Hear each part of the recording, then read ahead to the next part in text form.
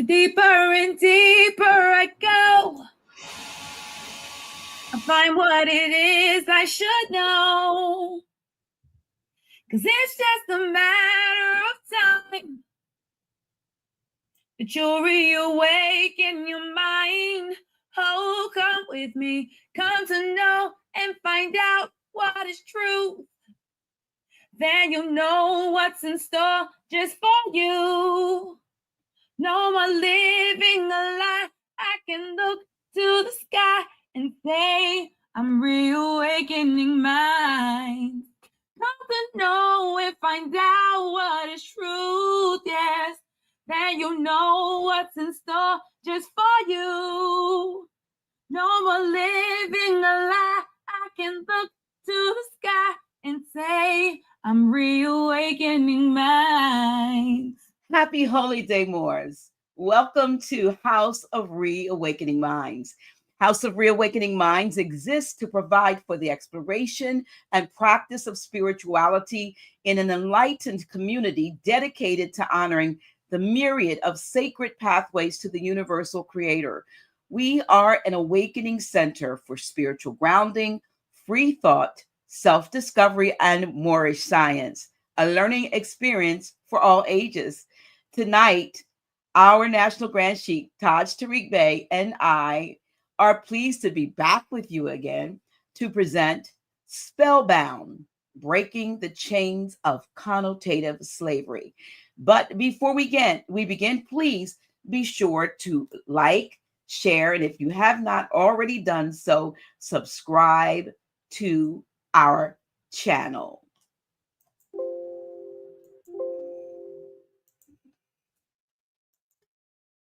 Wow. Welcome, Grand Sheik. Islam. Islam. Happy Holy Day. It's so good to see you again. How are you? Fine. Can you hear me? Yes, I hear you very well. I'm just making sure I got off because I had it on mute for a minute. Nope, yeah. I hear you well, hear you fine. Greetings to all of those in the chat, all of those who are tuning in today. We are excited and happy to be back with you. This is our second time in 2 weeks.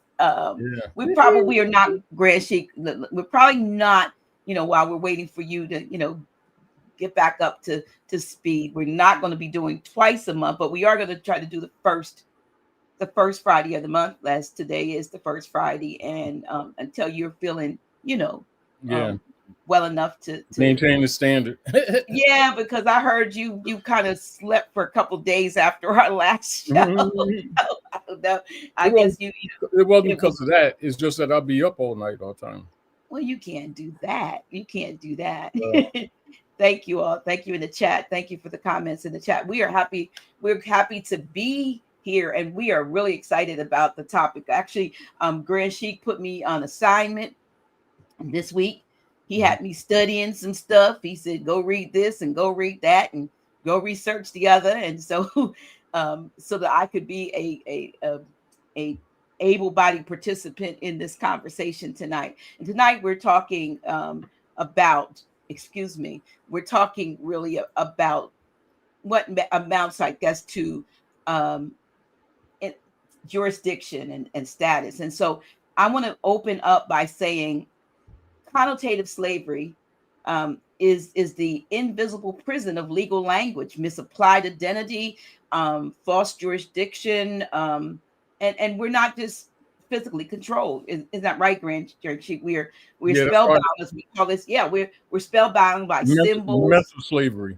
Right, symbols, words, and fraudulent contracts that we never knowingly sign. So a lot of times we don't, even going back to the birth certificate, which is the first contract that we didn't sign, but our mothers unknowingly signed us away and made us wards of the state.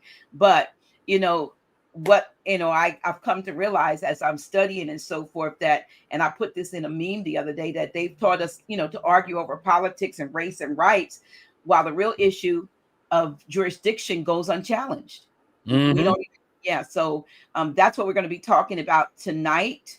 And we hope that you will join into the discussion in the chat. And we ask that you be mindful. I'm just giving you some rules of the game, so to speak, how we're going to do things tonight.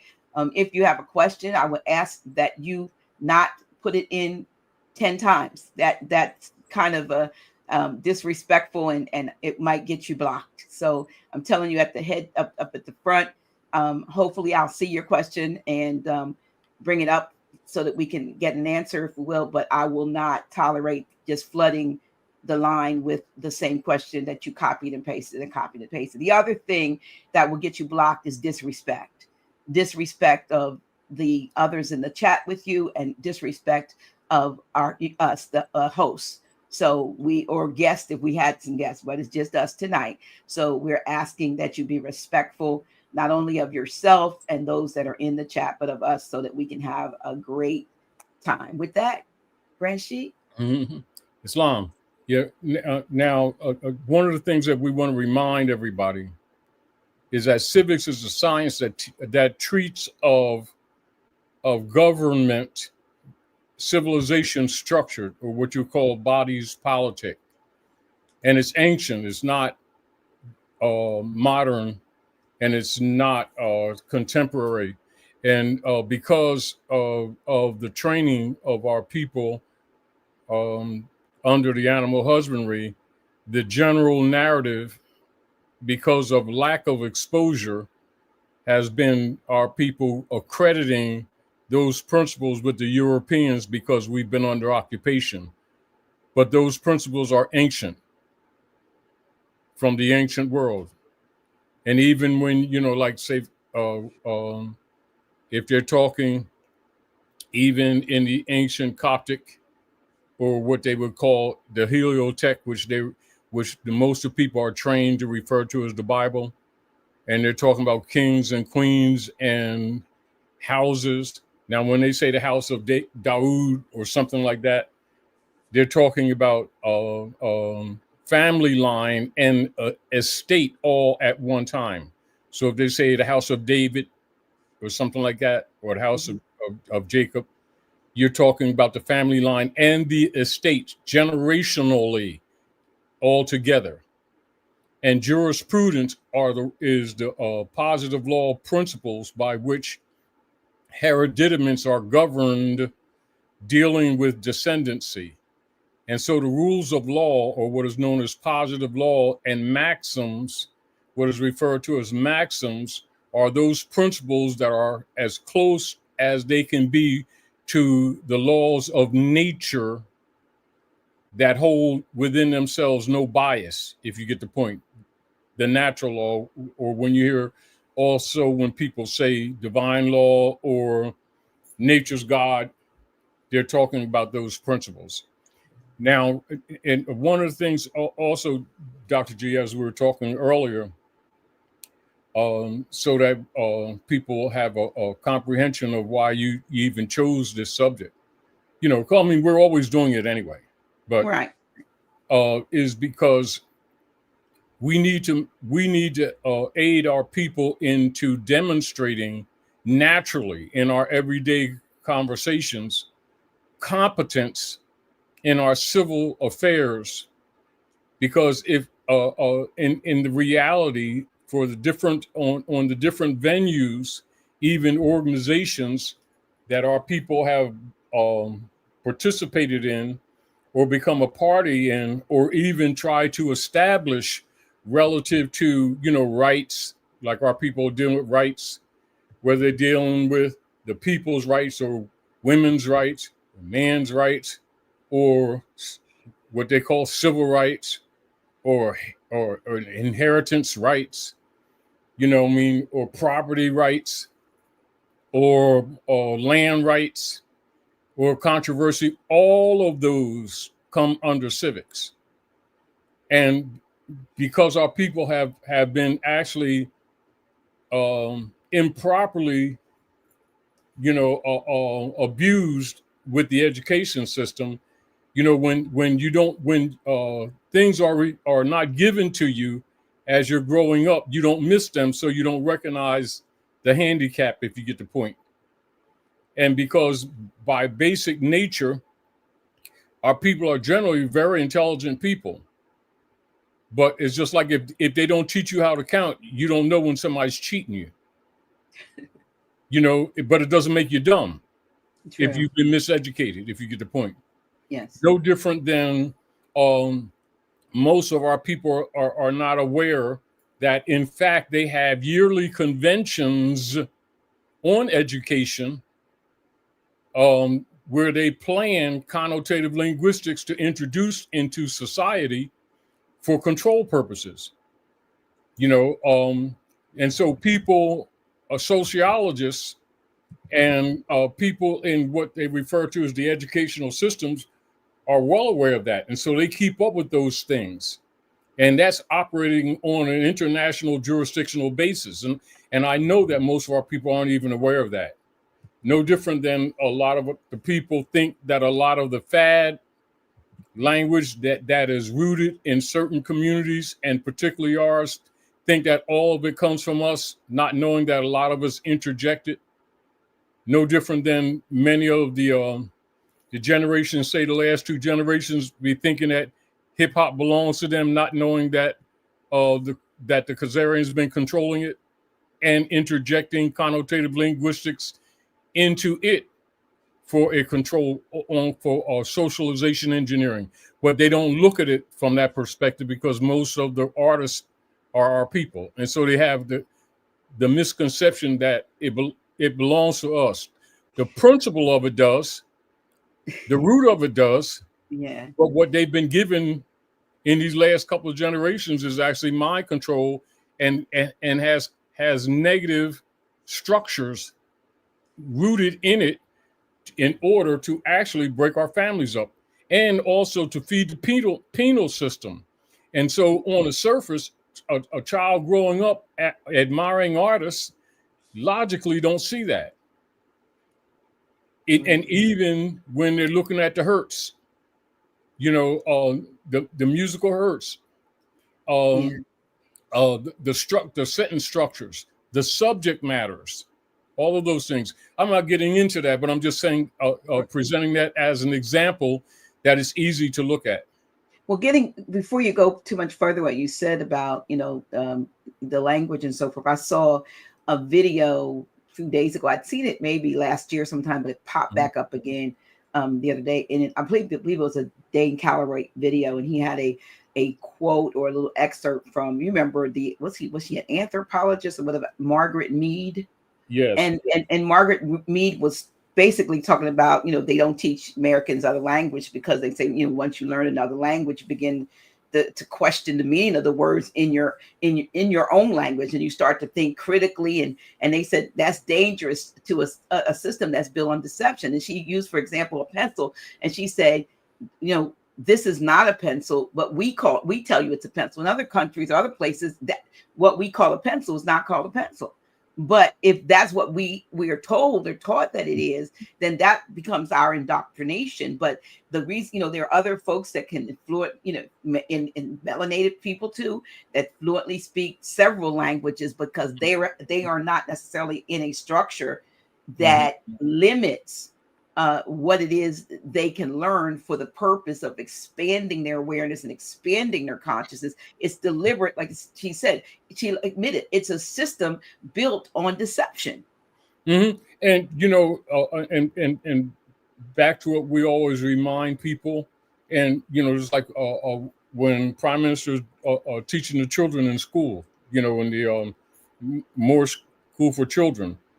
One of the first things over the years that she's done, and we've always said, is for even when you're bringing people into the conversation, remind them to read the philosophy page of the General Education Board's because they very often have the tendency to think that we're just trying to influence them to a biased position that we may hold against the corrupt system, not recognizing that what we're talking about relative to the system on a negative mind control level is absolutely true.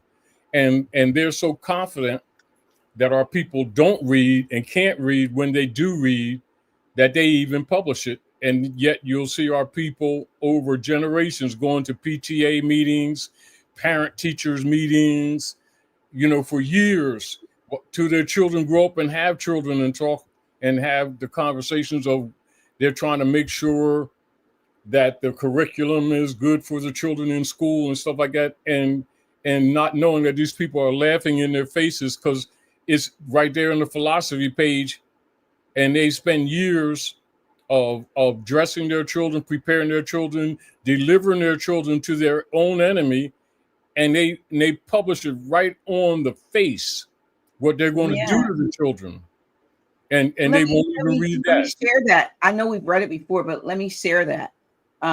This was their 1913 publication. Yeah, but that's 1902 when they founded it. Yeah, but okay, but this is coming from something that they did printed in 1913, and it's the same thing. Look at that. Yeah, but they're saying, look how it correlates with Jekyll Island. Well, time-wise, when they did that. Go ahead, Dr. Okay, so what it says is, in our dream, we have limitless resources, and the people yield themselves with perfect docility in our molding hand. The present educational conventions fade from their minds, and unhampered by tradition, we work our own goodwill upon a grateful and responsive rural folk. We shall not try to make these people or any of their children into philosophers or men of learning or men of science. We have not to raise up from among them authors, editors, poets, or men of letters. We shall not search for embryo great artists, painters, musicians, nor lawyers, doctors, preachers, politicians, statesmen, of whom we have an ample supply. The task we set before ourselves is very simple, as well as a very beautiful one: to train these people as we find them, to train them as we find them, to do in a perfect way the things their fathers and mothers are doing in an imperfect way, in the homes, in the shops, and on the farm. And then how often have they written, even at with the early stages, and not just limited to him, when he says, I don't want thinkers, I want workers. Right. And things like that. And yet you'll see parents get so frustrated when they see the problems that the children are having. And many of them are not even aware that some of the problems that the children have, including dyslexia, is part of the mind control, and they think it's something wrong with the children. And that's part of them messing with the mind, the subconscious contradiction. You know what I mean? And they don't understand how powerful it is that they're actually, that's why they work on the children at a very early age. And this is also why under the issue of sanctum jurisdiction, why they would even legally, not lawfully, punish parents who didn't send their children to school because they're considered state property. And like you don't see it much like they did it years ago, where they had truant officers. Yeah, literally. And if the child didn't go, they would literally come to the house and take the child, and if the parent resisted, they'd lock them up or citate. So I know, like back then, one way of incorrectly felt that, they care about the children's education. No, they cared about the children's indoctrination.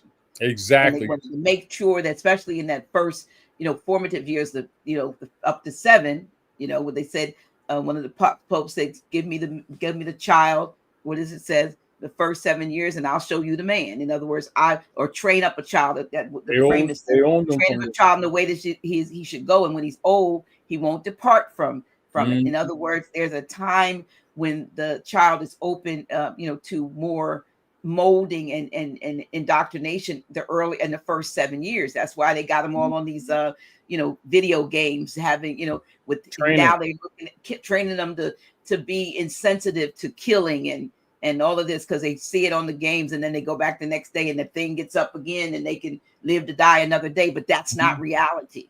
Yes, mind bending. Just like you do a tree. Right.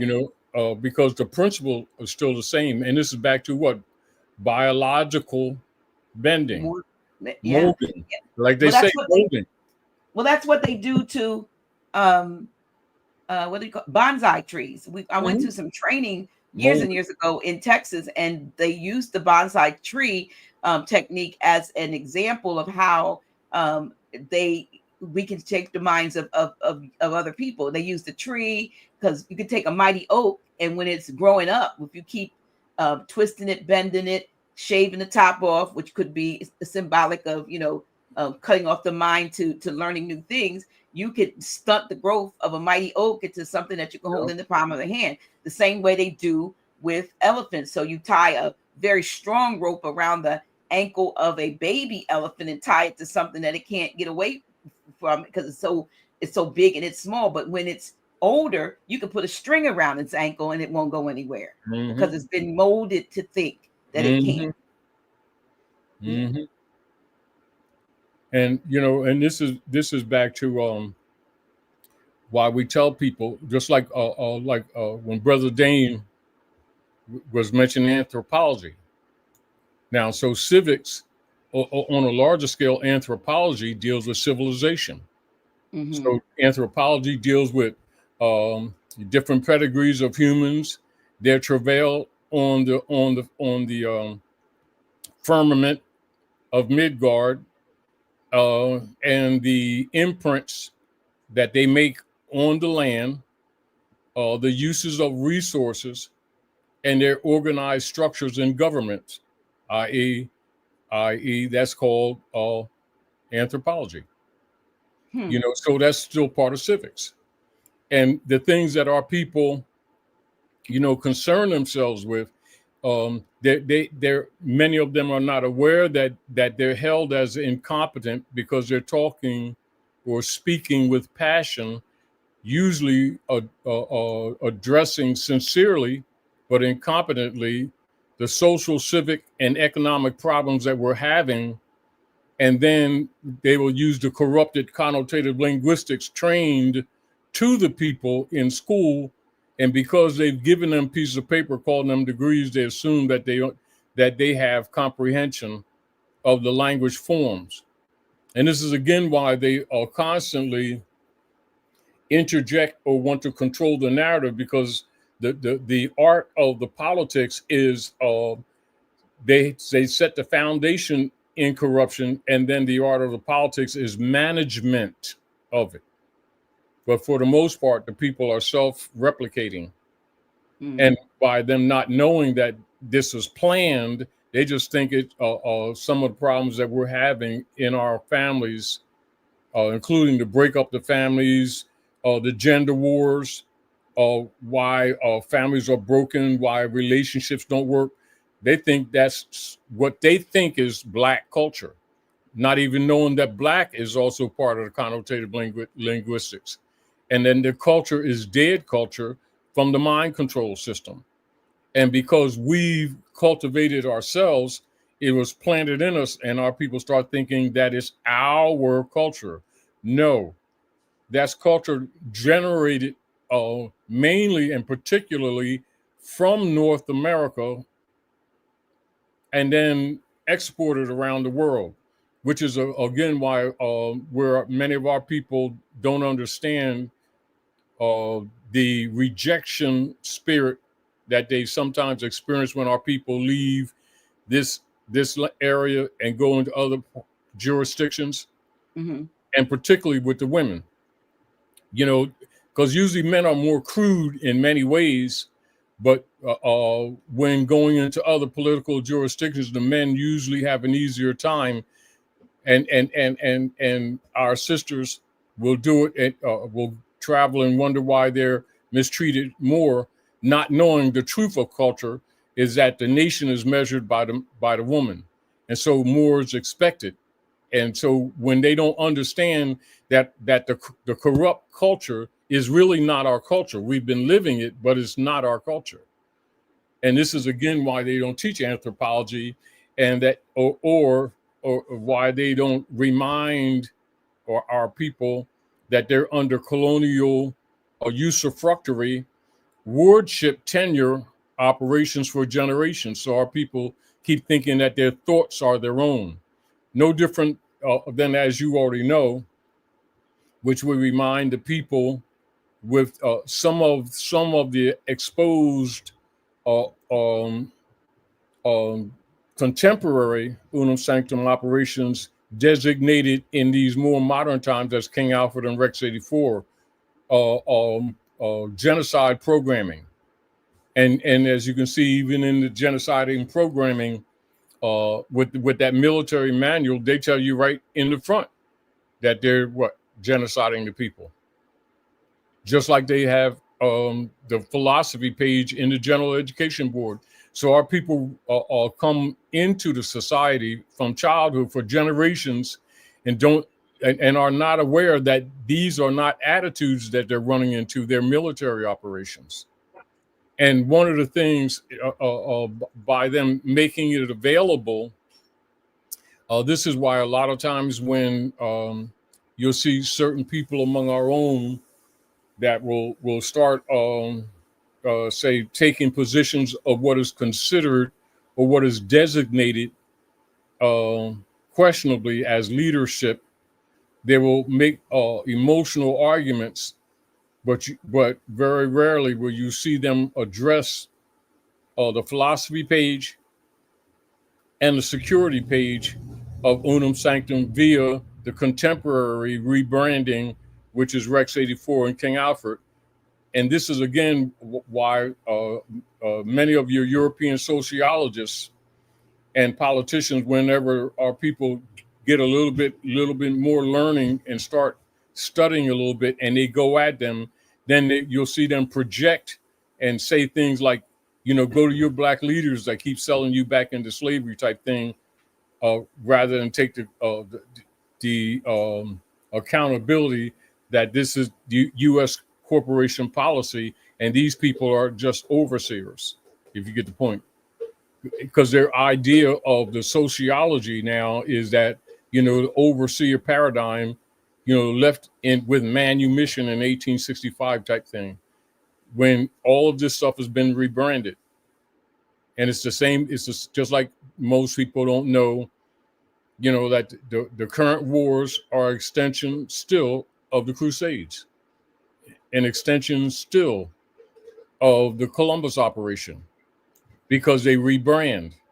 Which is what we talked about earlier in the week, the fact that what is has been, and it's just, like I said, they keep changing the names and rebranding it in different, generations or scenarios, but it's always a replay of what has been, and that which speaks to the fact that those who do not know the history are destined to repeat it and think it's something new. Think it's something, never before. This thing has never happened. Yes, it's happened probably more than a few times. It's just that generations are cut off from that knowledge to be able to pass it on to the, coming generations. And so they get to reprogram and re-indoctrinate the newer generation with whatever it is they are going, scenario is for the times. That's how it was institutionalized, and so it's sort of like the people think, if you change the label to the soda, this time it becomes sweet juice, if you get the point. And the next time it becomes some French name that they raised 50 times the price by changing the color of it, and it's still basic Coca-Cola or something type thing, if you get the whole point. Absolutely. And then again, on the other hand, by the people not knowing the real social engineering here as an operation. And whereas a lot of our people are also trained to always say racism, prejudice, racism, prejudice. See, that's the cover, right? That's the cover. And then if you ask most of them, since most of them regurgitate that mind control thing, if you ask most of them, give a background on Carlos Linnaeus and Blumenbach, they wouldn't know what you're talking about. But yet that's where that paradigm comes from. And it's no different than what we're saying, where people, if you don't know the root of a thing or the foundation of the operation, you can't fix it. And this is back to when you're looking at people among our people that boast that they love the children, that they're going to help teach the children, and they won't even deal with basic principles like that. This is why nobody respects them. And then they go to start throwing the race card around because they consider themselves intelligent. No different than you'll see people talking about our children and then calling them little black girls and little black boys, but yet they're teachers and don't even know basic etymology that black is really Middle English, derived from Old High German, and actually means pale colors and white spot. Does not mean noir, nor does it mean ebony at all, you know. And so even when these people among our own in good intentions, you know, start pretending to study anthropology, and then they start calling their own people black, then when the hybrid Europeans under colonial operations enforce the black codes, because it's a code system, then they get mad and want to march all over the place and get frustrated when they're agreeing to the black codes and then complaining about the application of them, then agreeing to be black. It's sort of like we're walking down the street and we stop at a restaurant and they got a sign in the window saying no elephants allowed. And then so our people get together and gather people around. They want to march in front of it because there's no elephants allowed. And so they want to march and boycott, because now if they weren't elephants, it shouldn't bother them. And it's the same thing where they put signs and say no Negroes allowed, right? Now, Negro is derived from Negro Yavera Arebo, which is actually a scientific name for Anthropopithecus spongidae, which is really a gorilla. You know, and none of this stuff is not, you know, in a basic, decent, you don't even need a sophisticated Oxford or something, like a basic quality dictionary. You know, Anthropopithecus, troglodyte nigger. So that's the scientific name for Anthropopithecus. Sometimes applied to also what they refer to as Paleolith or caveman.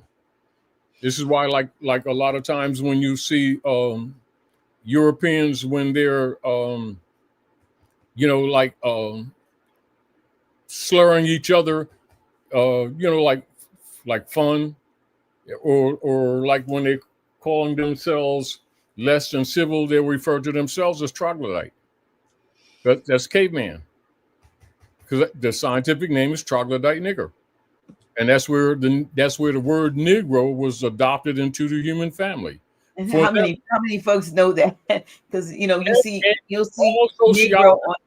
This is what I'm saying to you. Well, you like on a can of say black beans, you'll see Negro.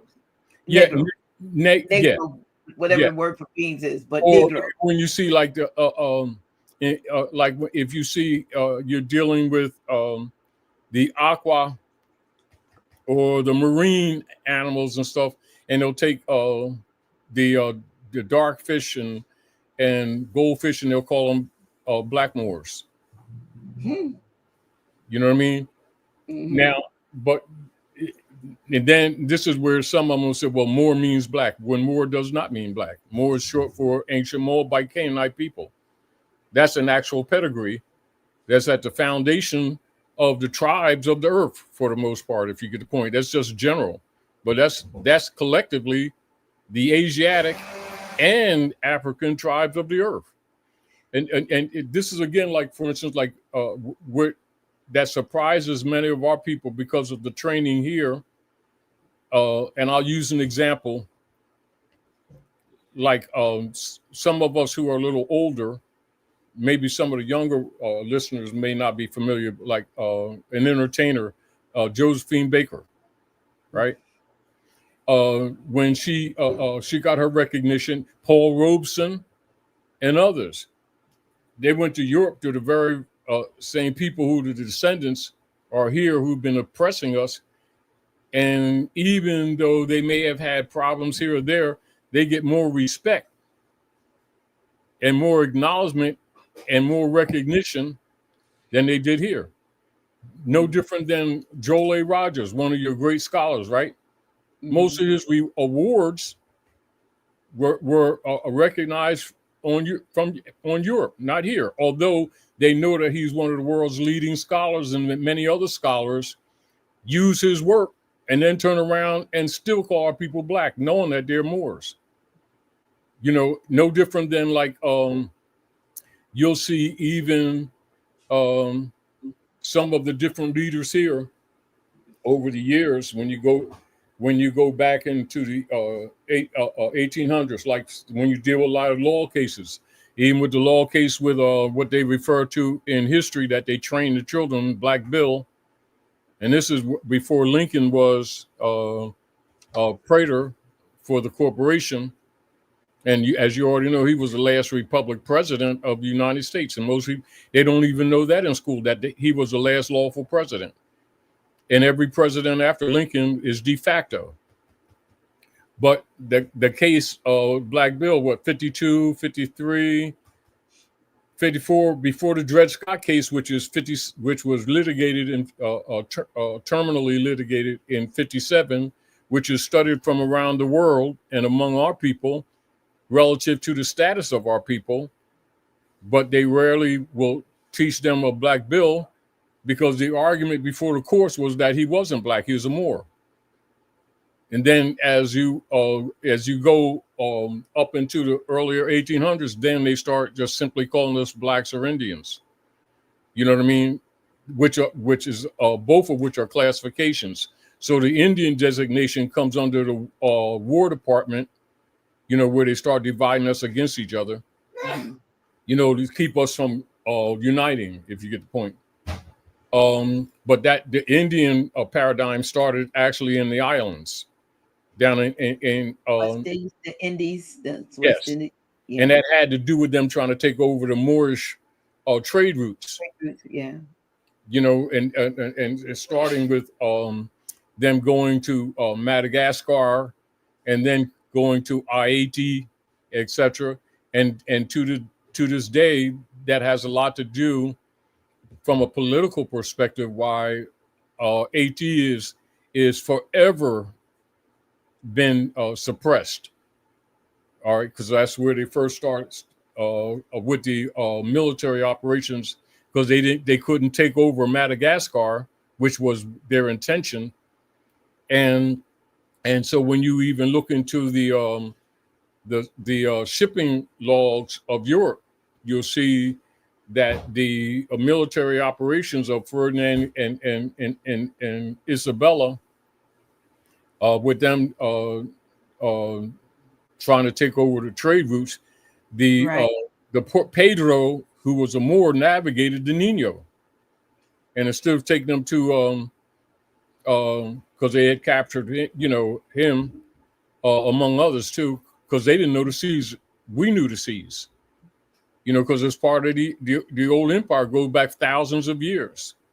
And the real deal is not so much just the star navigation or the principle of the sextant and dealing with the three sisters of the stars. Is actually a water flow that actually goes like a triangle, and you can set sail properly, go get into the trench, and the water will take you here. Always did, because you got to remember the Yucatan, before the great shift, cocoa plate shift, was actually right where you refer to as Algiers, Morocco, Hikupta, what they call Egypt, is right there.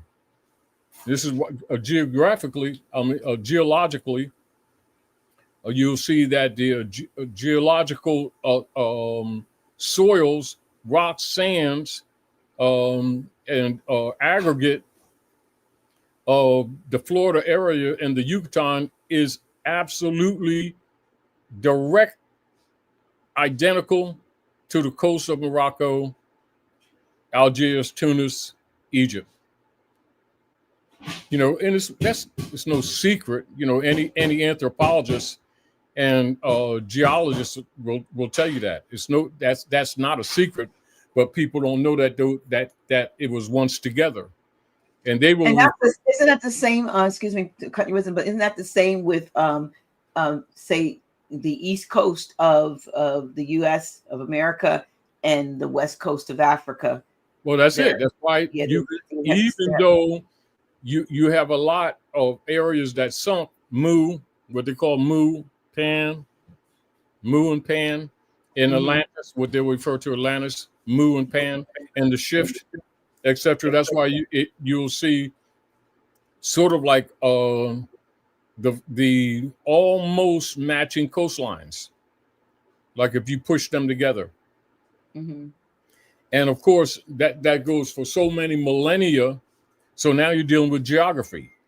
That's also why they don't teach geography, because they imprint in the people's mind geographical, jurisdictional distance that is actually contemporary, but is not archaic. And when I say archaic, I'm talking about ancient beyond ancient. Would that be not only archaic, would it not be even authentic in truth? When people are flying, I'm told that there's a lot of circling and done. You know how they say the shortest distance between 2 points is a straight line, but they do some loop. I mean, you might leave Wisconsin and want to go to California, and they may take you out to Florida and then zip you back. Never take you direct. Right. Because they want to give the illusion of distance and separation. Exactly. Because the real issue of the firmament. Okay. And that the truth of the Mapamunda that they show to the people in modern times has never been true. There's more land at Midgard than they've told the people.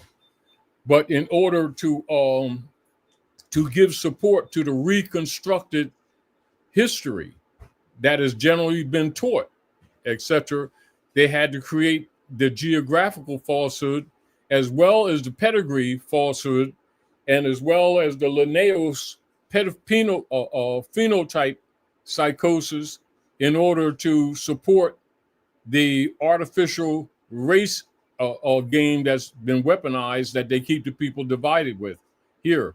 No different than, for instance, and it's more recent, you know, while most of the people now that don't know the sociological and jurisdictional operations of human trafficking don't know that when they were listing people for sale in the records, Europeans were also listed as Negroes. You know, and because there's Negro first, if you get the point. But then if you just tell that truth, it doesn't follow the controlled narrative, and people who don't know the real anthropology will argue with you because it contradicts their training. However, you remove the connotative linguistics and it's right there. This is also even back to why in schools where they've trained our children under animal husbandry, that they disallow etymology dictionaries, which is why most of our people aren't familiar with them. Because I never heard of one until, you know, I met you. Well, yeah, that's standard protocol, you know, and it's back to like I said before, where things are around us, but unless they're put in place, it's not that we don't see them here and there. We don't relate to them for lack of exposure. You know, and like I said to you before, our people aren't dumb, and they're not ignorant. They're very intelligent, but they don't know that they've been missing things. You know, like if you don't teach people certain things, they don't know that they don't know. You know, which is why you see our people still calling themselves black and arguing with each other about it, not even knowing that it only goes back to what? Let me see, 1150 in that area. Don't even go back in language to that area, and it's actually Old High German and means pale colors. And you can take them to a child's dictionary and show it to them, and they'll argue with you because of their mind control. And then as soon as they confess it, then the hybrid or their controller, their wards, the state warships, wardens, because that's what the corporate states are, and the people are under wardship. Then when they enforce the Christian black codes on them, then they mad. But they keep agreeing to it. But they don't know consent is part of the communication. And they get emotional because their concept of what they think it is based in connotative linguistic animal training, but they don't know it's animal training.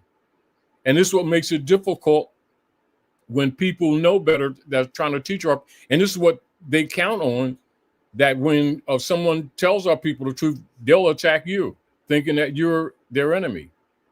Yeah. And of course, this kind of keeps the hybrid in power. No different than like if rather than tell the truth, the fundamentals of the anthropology of the people on the planet in group, you're Oriental or Occidental. Occidental deals with what they refer to as modern man, Paleolith, i.e., or the hybrid breed, which they refer to as troglodyte Negro. Like you go into say an Oxford dictionary, and this is another thing where most of the schools where our children are trained, you won't see Oxfords. And if you see Oxfords, you'll see more contemporary ones that have been heavily edited. But your older Oxford dictionary, and this is for people who have libraries, you know, who might be listening, right? Mm-hmm. Go into your Oxford dictionary in your library, just reach behind you in your Oxford dictionary and go to hybrid and go down to entry, because you already know numerical entries, and you already know as they edit books by tradition, particularly in the Western Hemisphere, they push the denotations down into the linear entries. Whereas your older books, the denotations are at the top. The connotations are at the bottom with footnote explanations. And so you look at hybrid and you go down to about 0.8 on your linear entry, and you'll see European says, and they will have in the Oxford Dictionary, we Englishmen at best are but heterogeneous hybrids. But you won't find that in your modern dictionaries. Now, all sociologists know that. All people who are serious readers and research know that.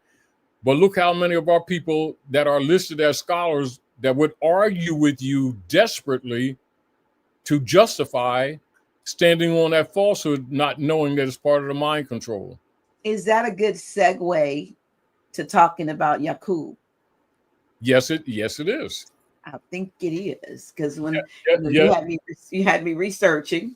Yes. And so for those, you hear for years the big hit scientists and so forth, but I never really studied it, mm-hmm. And I'm not sure. I know Prime Minister. And that's a synopsis. But right. One of the things I wanted to mention. I didn't see that particular document that you told me about. So this particular document that I came across actually was coming from a different source, and in that one they were given credit for that story coming from the Nation of Islam. And I remember the other day we were talking. Look at this. The hybrids tell the story in a movie that they made, and the movie that they made, one of them is called Frankenstein, Another movie that they call is Dr. Moreau's Island. At the island of Dr. Moreau. Yeah.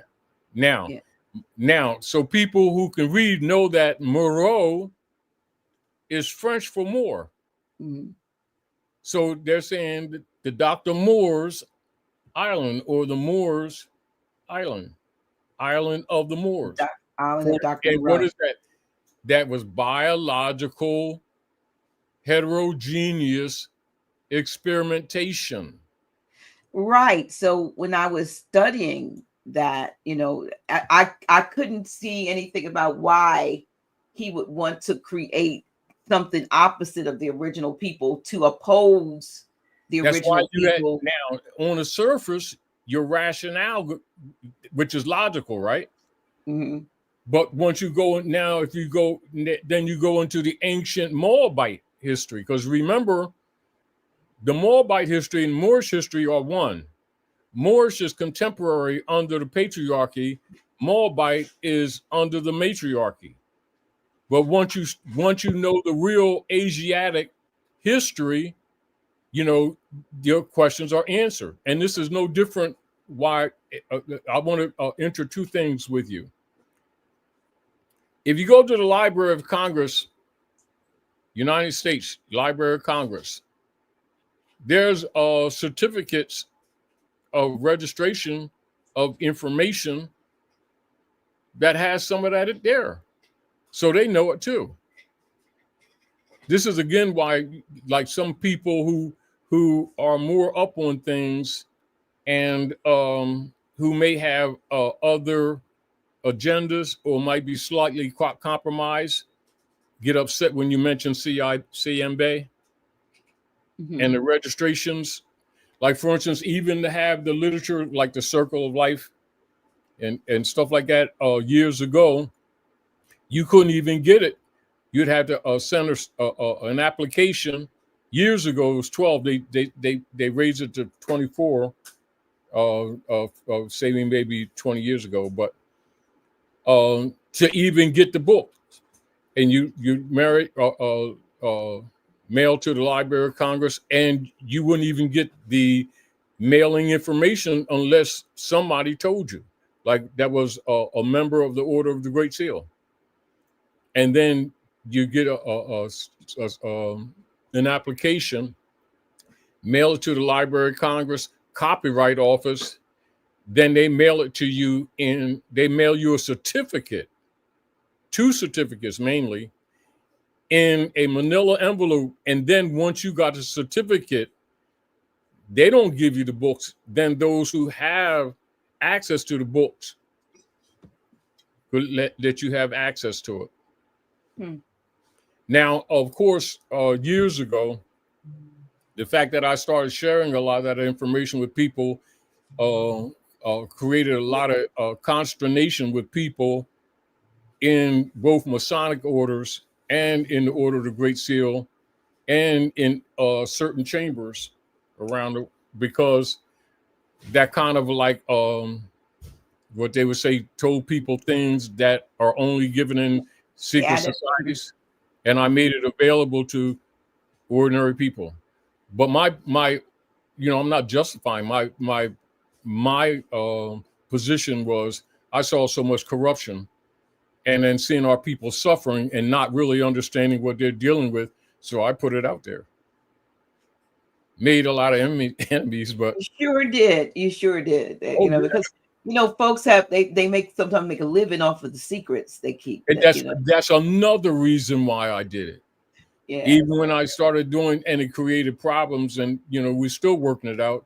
When I put out the lawful name correction that interfered with the bond system, I already know what it did. People was looking for answers, or they didn't. I sent this to the Library of Congress, and they sent me a response, but they didn't answer. They ain't supposed to answer because they figure if you got this far, you're supposed to know the history. You put them on notice, right? That's all. That's all. You're claiming the estate. In other words, you're nationalizing. But nationalization is more than what most people think it is. that's a subject in its own right. And this is and because we've had so much consternation and infiltration from COINTELPRO operations over the years, in which many of you who do some research can find that in FBI papers, the infiltration into the Moorish Divine National Movement. And that's when you go into those congressional records, then you start finding out the relationship that a lot of other organizations actually had coming out of the Moorish movement, which would include the Temple of Islam and the Temple of Allah, which became the Nation of Islam. So most people don't know that, but that's in FBI papers, including that certain personalities that the people admire. It was actually two people. That's a whole nother story. But I'm just saying to you, and most people have those degrees, don't share them with the masses. Rather than telling the people, they usually make thrones for themselves, dress up beautifully, and start having the people take care of them. And those are mostly the people that are mad at me, if you get the point. Because I've shared with people stuff that has been held as Masonic secrets. Well, in terms of back to Yakub, so Yakub is when we think about we get, they're doing genetic testing and they're creating this and that. The truth be told, that's something that started with our people, because he seems to be one of the progenitors of genetic manipulation, and in that he created the so-called division that we've been dealing with, and then what they call the science of control. Now you'll recognize through polarity, right? Through polarity. Yes. Right. Now, when you go into the ancient Moabite history, right, then you get into Zodiacus. See, and this is back to when you really know your history. Yes, on the surface, you will have that view. But when you go into the real history, then you understand the issue of the iniquity that's referred to in the Heliotext or the Bible, and also the creation or the casting out and the shadow of the lower self, and also the off-worlders. That has always been part of the culture. Would these creations also maybe be what was called in the Bible the lepers? Would they have been the lepers? That's the lepers that's be put behind the rock. Okay. All right. That's it. Now, but the deal of it is when it still boils down to their lesions were all white. This is why some people call the hybrid in more modern time white man. So here we go. But what you just said, a lot of times, when we've read it and interpreted, when I was, preaching and so forth, the legions were sores, but legions can also mean a great amount of many of. So there was legions of these legions. It was legions, not legions.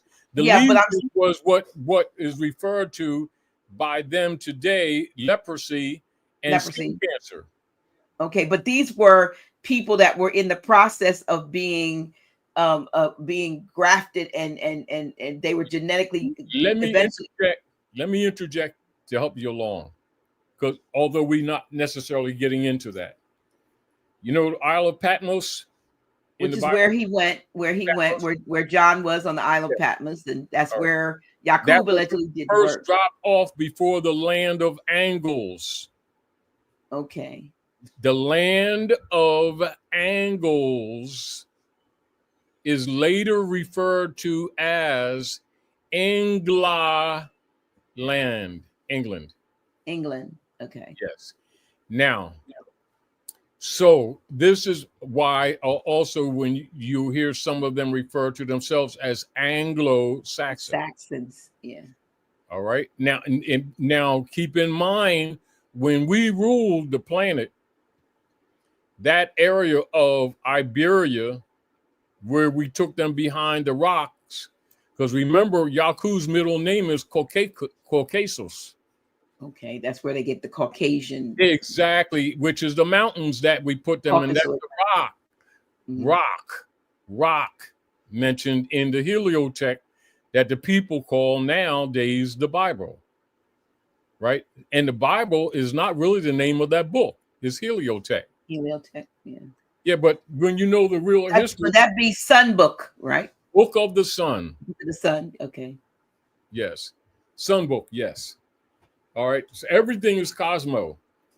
Because now you got to remember, even when you're talking about Dr. Yakub, and because so much emphasis is put on Yakub, people keep forgetting about the 13 Moabite women. Women, they were the major ones. Yeah. This is again why, you know, in the cover up the history, they always try to call the evolution operations of human development here as evil. So they say Eve was evil, evolution. Yeah. Okay. You know, and all even that, all that stuff is contemporary history to us. That's not even modern. That's not, people from the training looking at that as the ancient history in their mind, what they refer to as the beginning type thing. No, that's modern to us. You know, and this is, again, the hybrid European desperately suppresses this information. This is, again, a part of why the cave system in Lower Egypt is the people are not allowed to go but so far into those cave systems in Kentucky and Tennessee, which is Lower Egypt, and definitely not in the Grand Canyon, because there are juntas, or what you call pyramids, that are older than the ones on the other side right here. And for those who are in your different societies like Malta, Knights of Malta, your Odd Fellow, Masons, etc., Daughters of American Revolution, DAR, all your secret societies, Knights of Columbus, etc., Thule Society, all around the world. That's why all of them, in all of their chambers operations, wear the Moorish fez. You know, and people who don't know the history keep thinking this stuff is contemporary. This stuff is beyond ancient.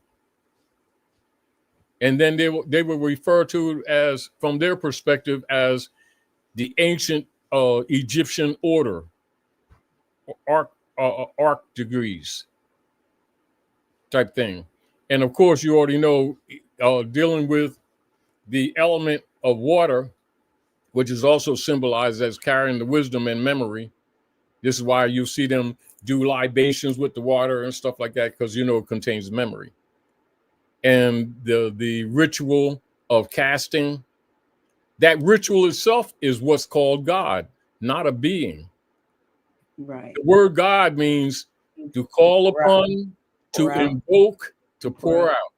And so the ritual, that's called Godding. It's a verb, right? God is a verb. Yeah, it's a verb transitive. Transitive, yeah, okay. And that's why they would refer to the God principle as latent powers. In other words, once you know the culture, a lot of things that people think that they know one way is really not what they think it is.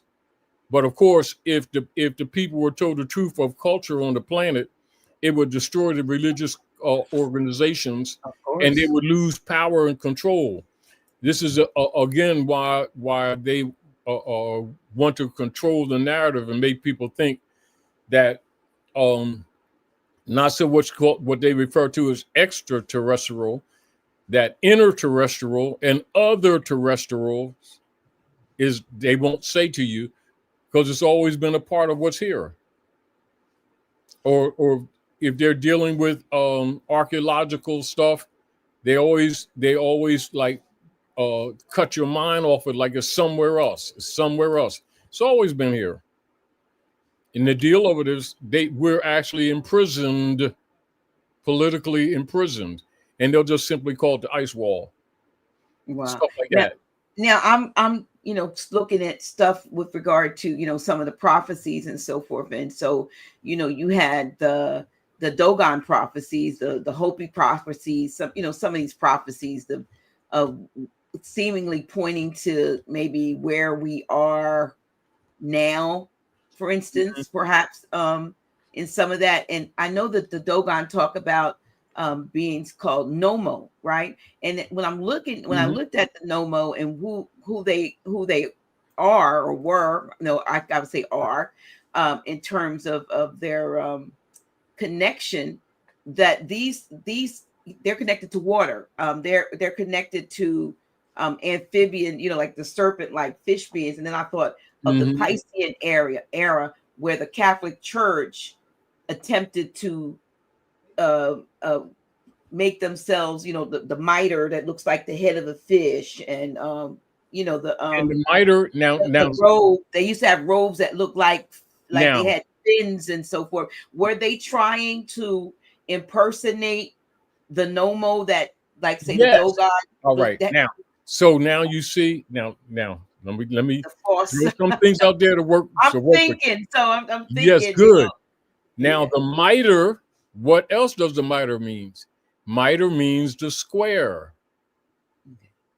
and the square is used in what? Carpentry. But yet the fish head is also the Piscean constellation. And the age that we were in, that we just coming out of, with the deception and so forth. But I'm saying you're getting into the real Earth culture.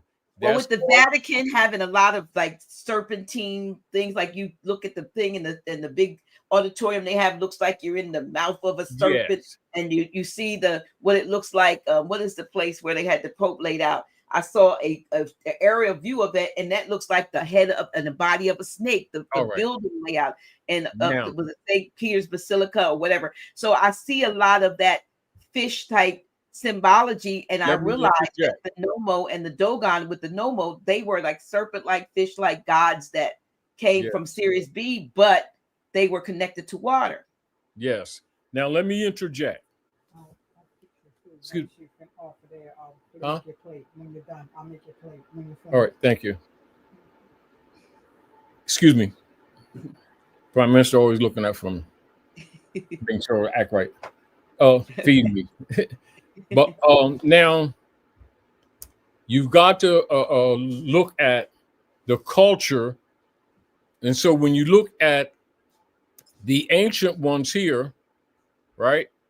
Mm-hmm. And then you look at Aquila,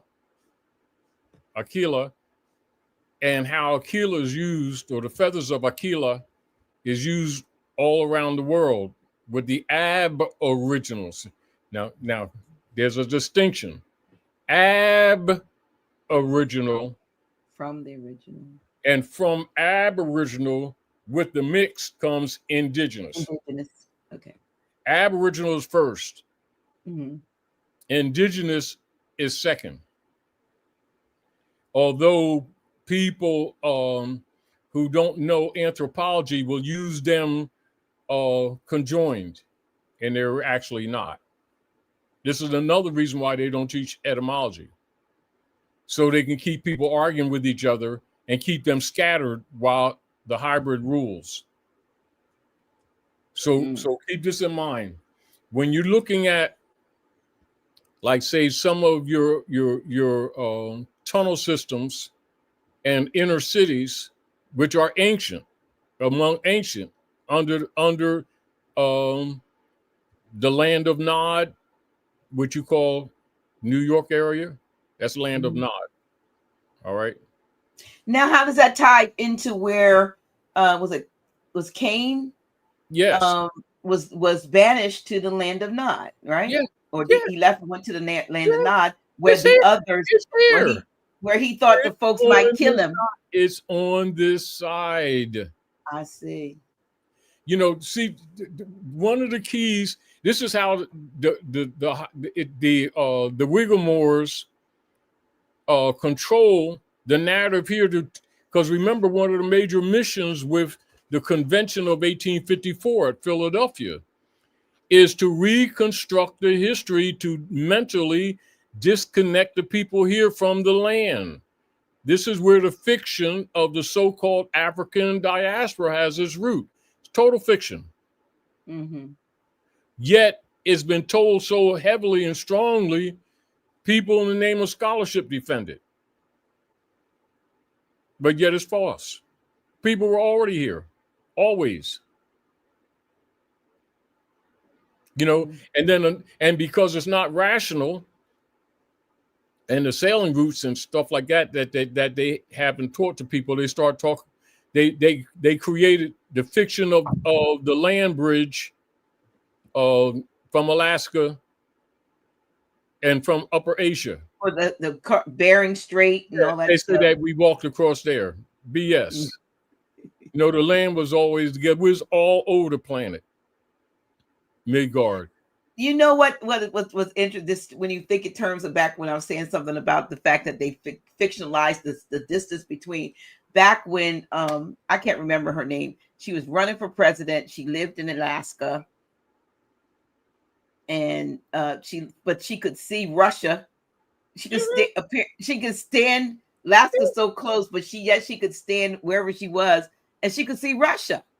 And nobody really thought about. What you mean? Is that close? Yeah, right now, they don't tell the people here much. Right now, you have Asiatics and Russians that are mining and doing other things in Alaska right now, never left. You know, so you know a lot of the geopolitics that is being taught today is false too.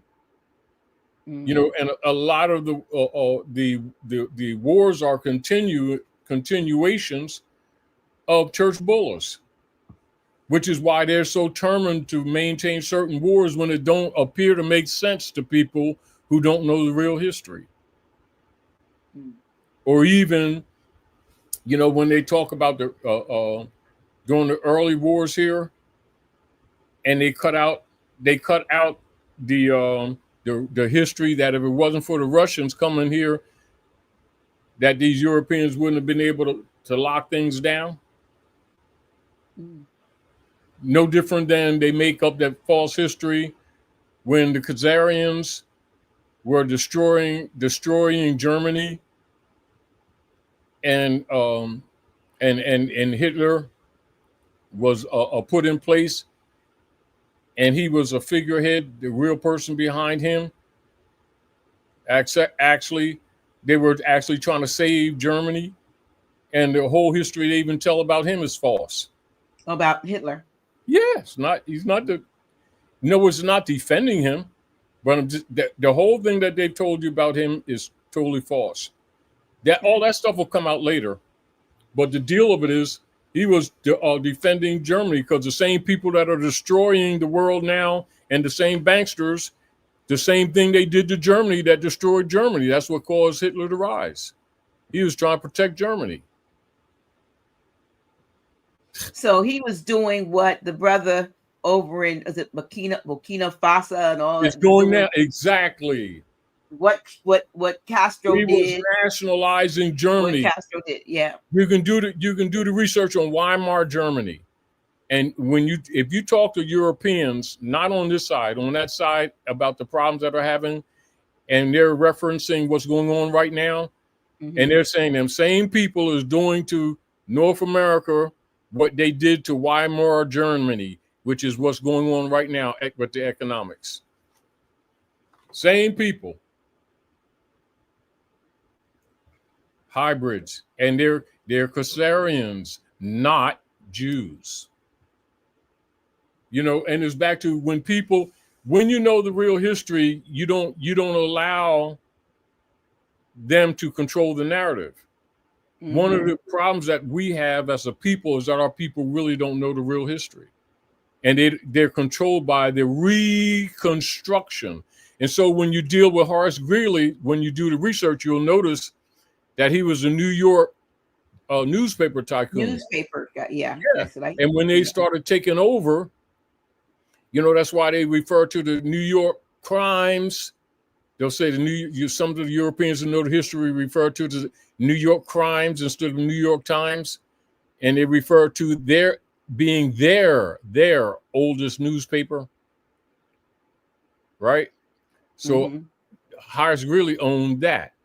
Then, so when he came down and joined the Whiggamore Party, that's when they under the conscience Whigs, they agreed in the convention to start calling themselves white people officially in 1854 with the convention at Philadelphia. And the claims on the land, this is why they have that celebration, you know, because they also altered the calendars in order to support the reconstructed history. That's why when you look at the treaties, the years don't align. And so, like, just like in this book, as an example, when this book, Move it that way. Diplomatic History Of the American people. Yes. Even with the letter from George Washington to the Sultan of Morocco, then you'll see the treaty, the oldest running treaty that Obama mentioned. Mazel, all that Yes. stuff. And then you have a better understanding of the Mummers Parade and why they assemble at 6 and More Street. 6 and More Street. Mummers. Now, and you see they for years up until around 85, they would always have troops within the venues, and they would put dark makeup, what they would call blackface. Blackface, yeah. On yes, up into them, and their museum is down South Philly, and that's totally related to the Whiggamore Party with the celebration of the fall of the Moors. And then you'll see them march west. Now, Horace Greeley, that's why I say, go west, young man. That's where that term came from. So it's taken over the Maghreb, which is the west. Maghreb is Morocco, the most extreme west. It's a political operation. And then you see them march west, turn 90 degrees on the square, mitre, see, square, on Broad Street, and they go to Jupiter. See, now we're 13th, Jupiter, planet Jupiter, see? And then you see Lafayette, a statue in bronze with George Washington, who helped convert to the estates. And Lafayette, you'll see them in statues in front of the Grand Lodge. And that was one of the last lodges that George Washington closed right there. And then you see the parapet at the north, and in the entry of that lodge there, one of the first rooms where people come from around the world and take tours. And the first room they would take you to is the Moorish room. And in recent years, in about the last 10 years or so, they changed it to the Oriental room because people were catching on. You know, and they have exact duplications of the ancient Yakub temples in those rooms. And whenever they have tours, they never take people into all of them. The other issue is that when they take you in the tours in the building, if you walk around that building, the perimeter of the building, and then go inside the building, and they're not even taking you in all the building, it appears bigger inside than it does outside. And you wonder, how's all these big temples fit inside? Optically, don't appear to make sense. You can go right back outside, walk around the building, right? On Fulton, go around the building, and then walk back in the building, and you're not even going through all the building. And it appears bigger inside. It's almost like going in a tent, and it's bigger inside. And you go outside and look at, what the hell? It's illusion, but that's it. And the exact duplications, and of course, the whole operations of them controlling the Western Hemisphere under the military operations, logically, but they'll put it in a structured form of the history and say Colombo on a mission for Queen Isabella and Ferdinand.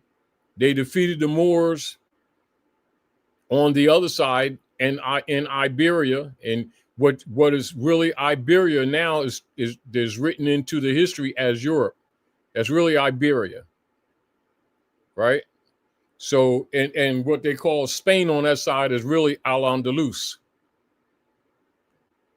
Now, so when Boabdil ceded the Alhambra so they wouldn't burn it down, it's used to this very day. And as a matter of fact, when they burned them women and children on them ships, that's where they got their holiday that they call April Fool. You know, so when you know the real history, a lot of this stuff ties together.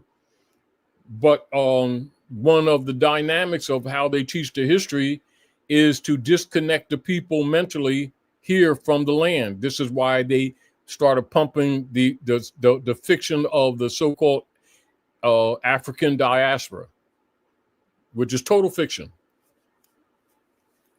You have maybe 1 or 2% of the people that's here that actually is from the other side. 98%.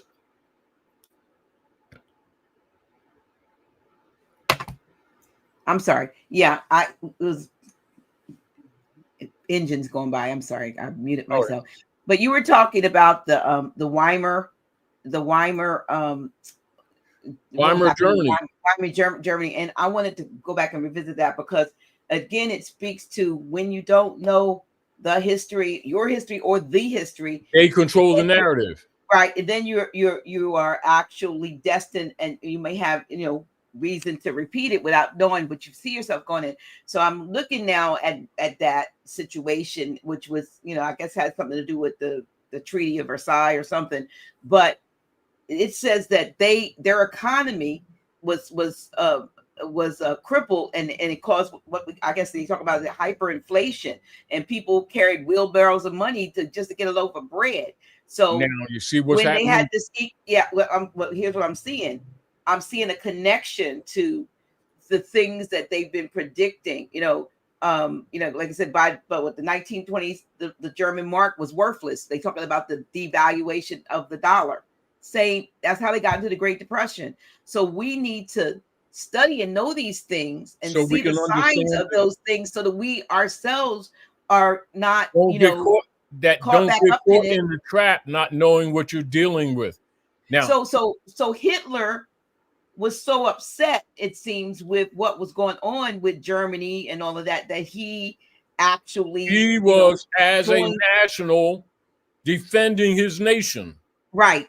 That's what it looks like, which is not the way this like. That's what it was. Okay, but that's not how this. Like you said, that's not how the story was told. That's not the narrative. That's not the narrative that was. Not only that, they don't tell the people about the submarines, and many of the chemicals that were used came from Newark, New Jersey. Oh my! And on ships and stuff marked from Panama and other nation states to disguise it, and that the Congress here funded. Whose side? What side? What side did they fund? The United States corporation. No. Who were they funding? Hitler or those operations? Both sides. Oh, so they didn't care. It was a win-win. You got to remember, economic hitmen. Economic hitmen. Yeah. We're back to now. What are we discussing? We're talking civics. Right. What has happened? Why is it that our people keep losing? They're trained in a false narrative. They defend their enemies to this day, not knowing who the real enemy is. Right? And this is why they go against people that are really trying to help them, because they don't understand what they're dealing with. In their minds, they know that they're not dumb. They just don't know that they're missing real history. Just like our people will say, we've been miseducated, and then turn around, don't examine the fact that they've been miseducated. Then use that miseducation to try to make successes and keep passing this destruction to the next generation. Then calling it racism, not knowing anything about Carlos Linnaeus. No different than even after the fact, not understanding that a dollar comes from Yakub thaler, which means a gold coin. And you see intelligent people with 5 degrees on the wall and student loan debt still think a Federal Reserve note is $1 and not a bookkeeping system. It's a debt note. It says dollar bill. Bill in law means debt. Dollar means gold coin. It's an oxymoron. They can't read. But if you say that, they'll take it personally.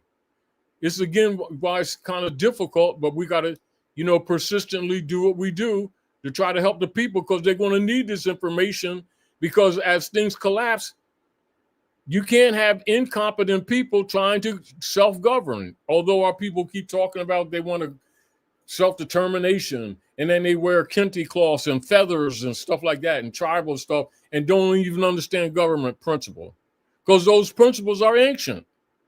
They don't change. They think it belongs to him. No different than like Honesty Confederation, right? Honesty Confederation actually draw off and gave them some of the ancient constitutional principles of the ancient Moabite Canaanites tribes here, and they rewrote the history, call them Iroquois Indians. That's Honesty Confederation. It's a confederation. That ain't that's not an Indian name. That's a Aboriginal Confederation of the North. Just like Powhatan is a confederation of tribes of the South. Those were the 2 major ones. So the major tribes here of the descendancy before the overthrow was the Powhatan Confederation to the south, Honesty Confederation to the north. The duplication of that now that they copy, they call the Republican Democratic parties. And they're not the same, but I'm just saying structure. We showed them government. That's why anybody in government must be a Mason. Because those ancient principles of government structure is ancient. It's just that they're corrupt. They corrupted it. No different than when you do the research in Europe, like in around 1857 area. This is where the Templars came here and blended in and hid among the Masons because the Popes were killing them.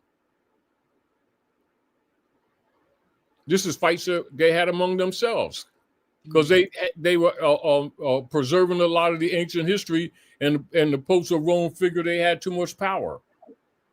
But the Templars pretty much control the banking systems. To this day? Yeah. And so then when you do the research, then you look at they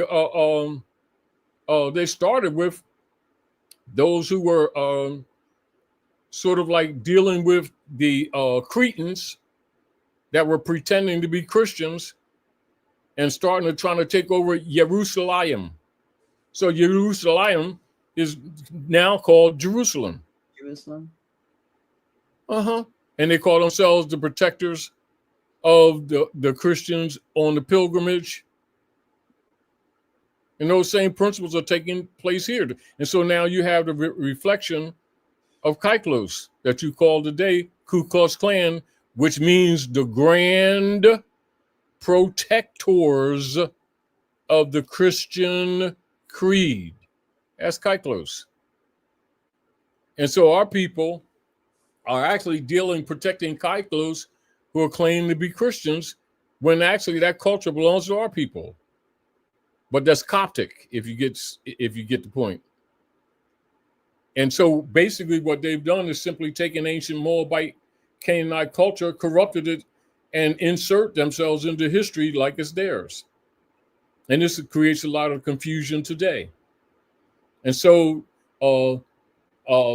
civics not being taught, people don't know how to free themselves from the mind control. This is why you can never get our people together in a cohesive and functional group, because they operate on beliefs that are controlled by a reconstructed narrative as reference points. And so you got 50% or more of the people thinking that they came on a good ship, Jesus, in 1555. You got others who think North America is India, and they all same blood and got them fighting each other. No different than Geronimo, as an example, right? Was used to convince the tribes to stop resisting. And after they got some control, they threw him in jail, took his gun, threw him in jail, and then boiled his body, bleached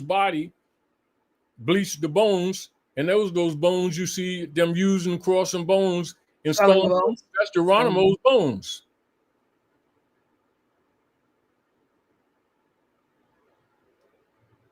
You know, our people really don't know their history, not from the real side. And what you were saying is that it's just true about the Reconstruction. So, you know, the way that's why they call it narrative, it's been weaponized. Reconstruction. Right. It's been weaponized. And it you know, I guess in their attempt to erase our indigenous roots and to disconnect, erase our aboriginal roots. Aboriginal, right? Disconnect us from the land and from inheritance, from our sovereignty.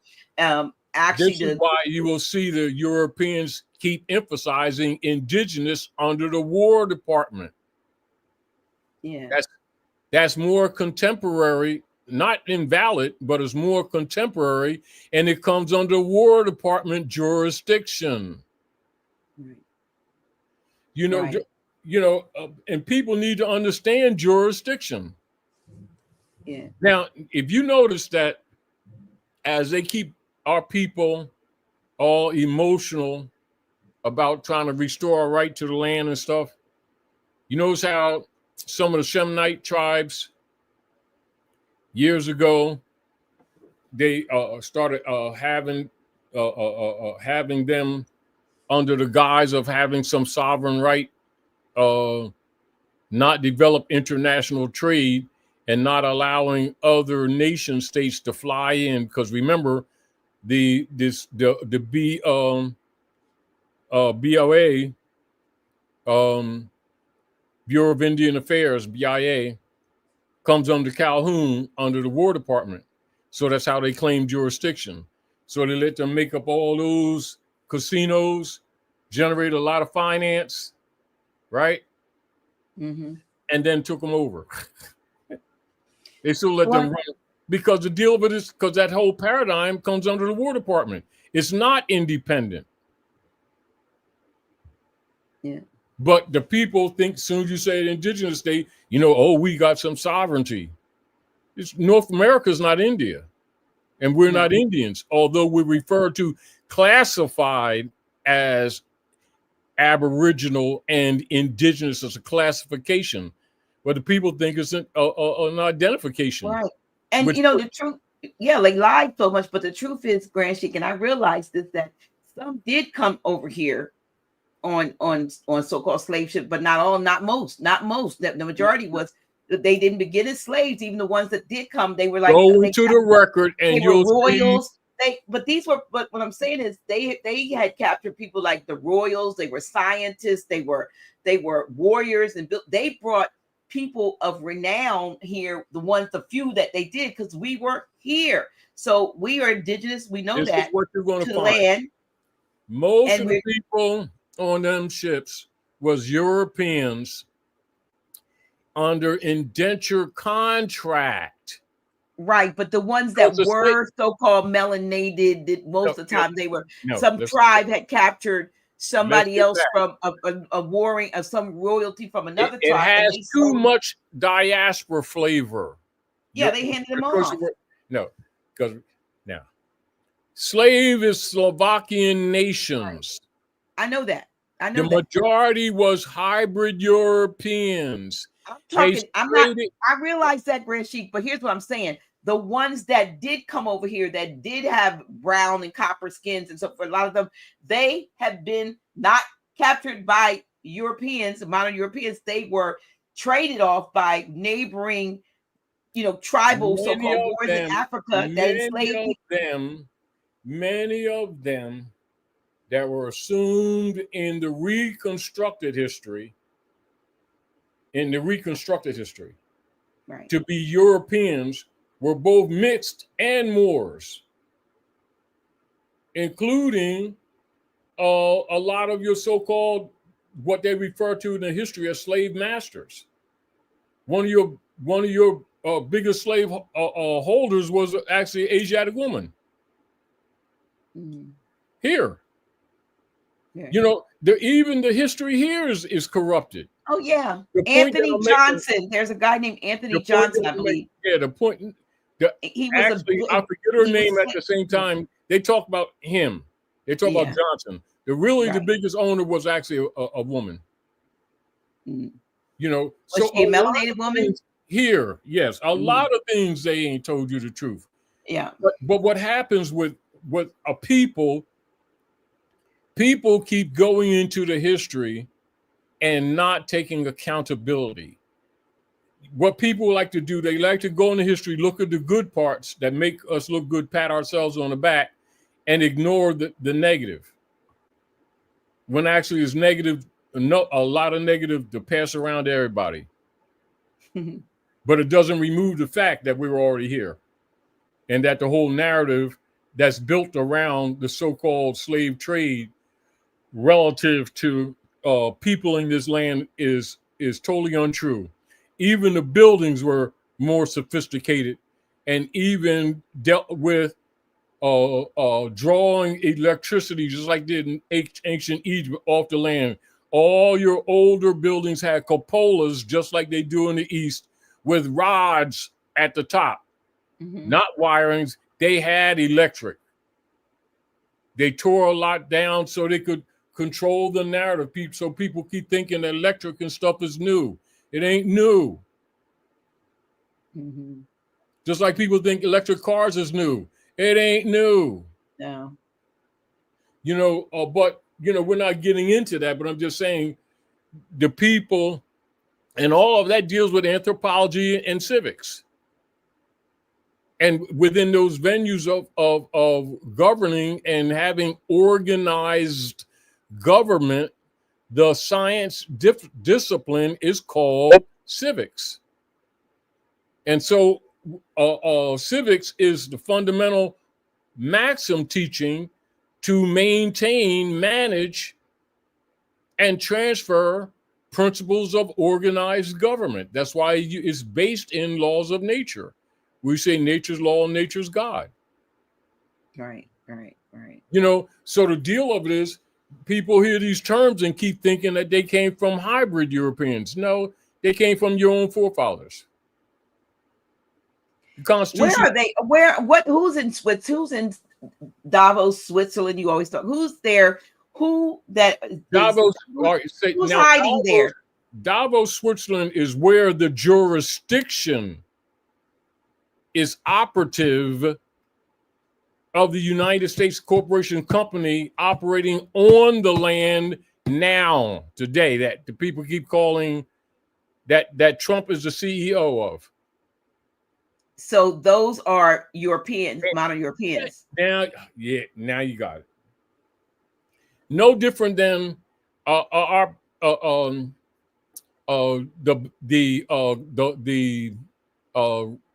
allodial titles and right of claim instrumentalities that were stolen from the Aboriginal people here, Jekyll Island, 1913.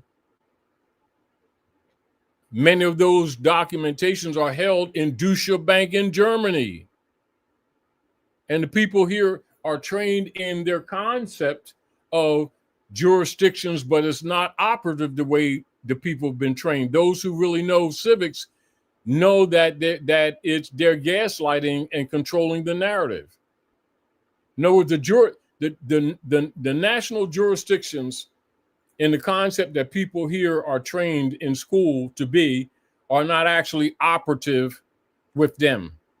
As an example, the operations of Canada, which is broken up into many multiple provinces that actually operate almost independent as multiple nation states within themselves, but are presented to the world as something separate. It comes under the crown, just like the U.S. corporation here comes under the crown. But it's not taught that way in history, so that the people here keep thinking that they're separate jurisdictions. They operate together to control the Western Hemisphere, the Maghreb.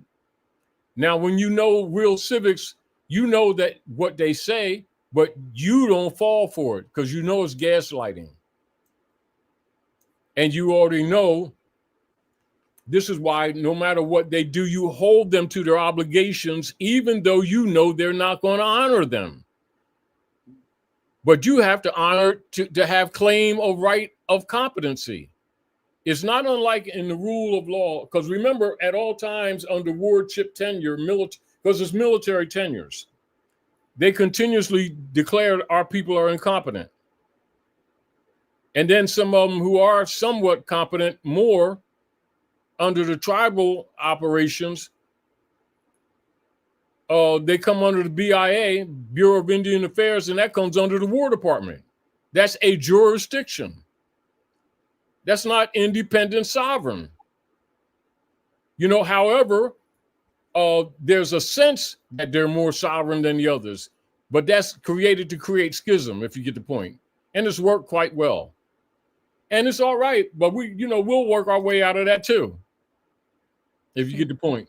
But things have to, the deal of it is, as the institutions break down, our people will be more receptive of self-government, mainly because they're going to have to be. But again, go ahead. I was going to say, we were going to try to get the brother on, but there, I had a conversation with Brother Julian, who I will be bringing on the show, but with regard to what is happening in some of the so-called states, administrative states, one of which, and he domiciles at North Carolina, and I'm not sure what part of North Carolina, but I do know that there is another so-called republic, I guess a republic form of government that is forming, and they basically deal under the jurisdiction of what they call the Federation of States. If you've heard about that. So and they call themselves reawakening the lawful republic. All right, now this is back to needing to understand. Let me go to the United States law as an example. So now we're going back to principle, right? Mm-hmm. Now you see that right there? Code of the laws, yeah. But excuse me. Now I'm gonna read this and you'll understand. Okay. Meaning that people need to understand what they're saying. Mm-hmm. What create it? See, the jurisdiction exists. You got to get back to it, right? Mm-hmm. It already exists, meaning that in law you can't make up something that doesn't have a foundation that already exists. In other words, you can't create an office that's not related to the existed obligations. You can, because you have that right to do, but you can't hold someone else obligated to it. Are we clear? Mm-hmm. So let's show just what you're just saying. I'm going to show you the obligation. All right. See, because like when people have not been active and you see people act, one of the hardest things is to teach the people their civic duty and obligation to recognize the jurisdiction that they're standing on. See, because people who don't really understand jurisdiction will think it's just their opinion. You get the point? Mm-hmm. So this is the principle is standing on. This is law.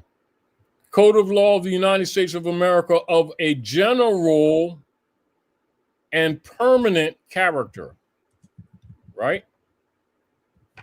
Now, this is, you're dealing with Title 22, United States Code of Law. So anybody can write that down, Title 22. And that would deal with foreign relations and intercourse. And that would be located on page 954 when you go into the records, all right?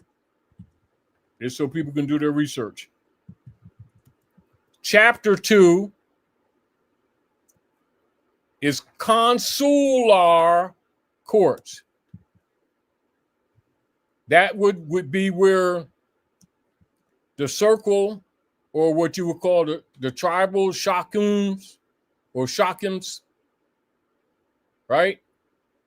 After meeting with the circle of mothers or under the tree of peace, would meet in delegation with the Congress, members of the Congress, to exchange diplomatic norms on the law. And this is where, like when you see Article 6 of the Constitution, it says all debts and agreements and contracts entered into before the adoption of the Constitution shall be binding against the United States. Why? Because the Aboriginal people are the superior, you see? So the Constitution binds them. And then it says that all treaties made or which shall be made under the authority of the United States shall be the supreme law of the land. So the Constitution and the treaty are one document. So that's the venue. That's the republic. Outside of that foundation, this is why they overthrew the republic when they killed Lincoln, so they would have no obligation to the treaty. And then they enforced their misconception of the history. And so when our people make complaints, they're actually off the square. They have no standing. That's why they created the black codes and the artificial 14th Amendment later unconstitutionally to give appearance of proper platform, when the proper platform is Article 3, Section 2, diversity, i.e. foreign states, because the Constitution is an international document. But people who don't know civics don't know that. So our people allow the politicians to create the narrative, and they always have jurisdiction. You see the point?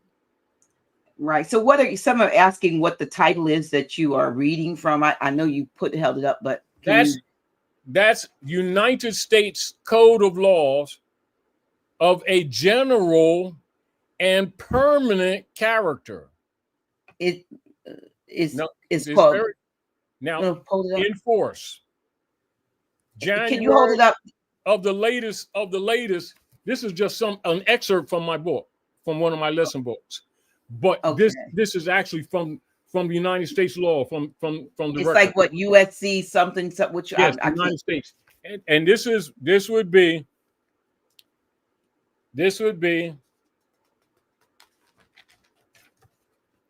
so look up Title 22 of United States law. Okay. And they would give it abbreviation as USC. USC, yeah. That would be United States Code of Law. Okay. The chapter of the communication, that means the jurisdiction for treaty enforcement with the authority of the Constitution, is Chapter 2. Okay. Now, remember, Article 3, Section 2 says public ministers, diplomats, ambassadors, and consulars.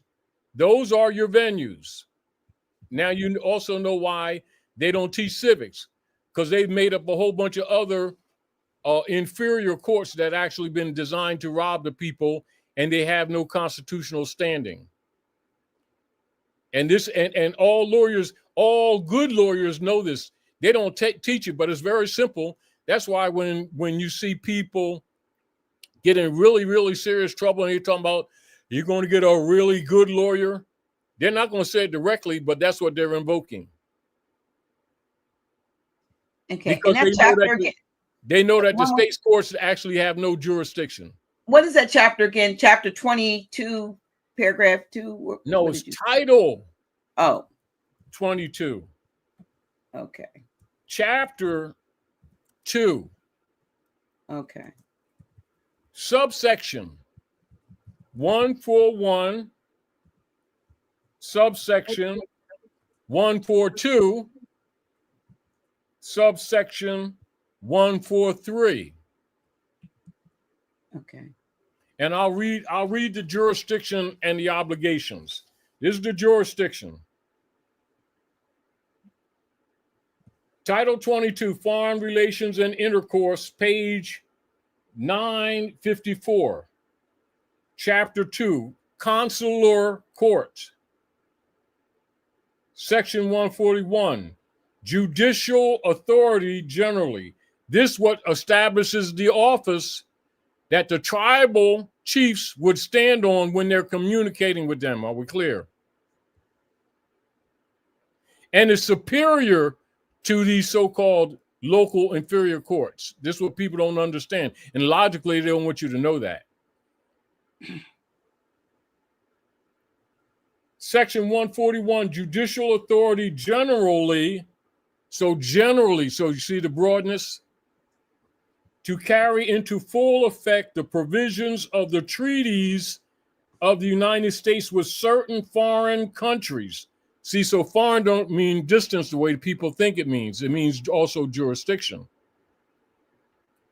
The ministers and consuls of the United States in China, Siam, Turkey, Morocco, that would be here, see, Muscat, Abyssinia, Persia, and the territories, plural, formerly a part of the former Ottoman Empire, including Egypt. See, when you get into law, it's current, and you're standing on Egypt too. But remember, the empire was broken up, and all these were actually subdivisions of the empire. All right, but anyway, let me continue. Duly appointed to reside therein shall, in addition to other powers and duties imposed upon them respectively by the provisions of such treaties respectively, be invested with the judicial authority described in this chapter. That would be chapter 2, right? Which shall appertain to the office of minister and consul. This is why they always say our people have a right to counsel. They be lying. It's consul. See, and then they say counsel, then they turn the people to the 14th Amendment when they're supposed to be turning them to Article 3, Section 2. See the trap? Yep. And this is why civics is important to be taught to our people. As our people have been incompetent, not knowing they were incompetent. But anyway, respectively, by the provisions of such treaties, respectively, be invested with the judicial authority described in this chapter, which shall appertain to the office of minister and consul, and be a part of the duties belonging thereto, wherein and so far as the same is allowed by treaty, and in accordance with the usages of the countries in their intercourse with the Franks or other foreign Christian nations. And then you have all your series of references of law cases. And so you see Christian is a political system. Our people think it's religion. You see, and you see how easily concepts, when civics is not really taught, that our people are easily guided by the politicians saying things that sound like it's in their interest, and they demonstrate constant incompetence. then they get upset because they're declared without them saying it directly that they're wards of the state. Then they misuse them because they're really incompetent, but they don't know they're incompetent. Now, all right, now let's continue. Title 22, Section 2, Section 142. This deals with general jurisdiction in criminal cases.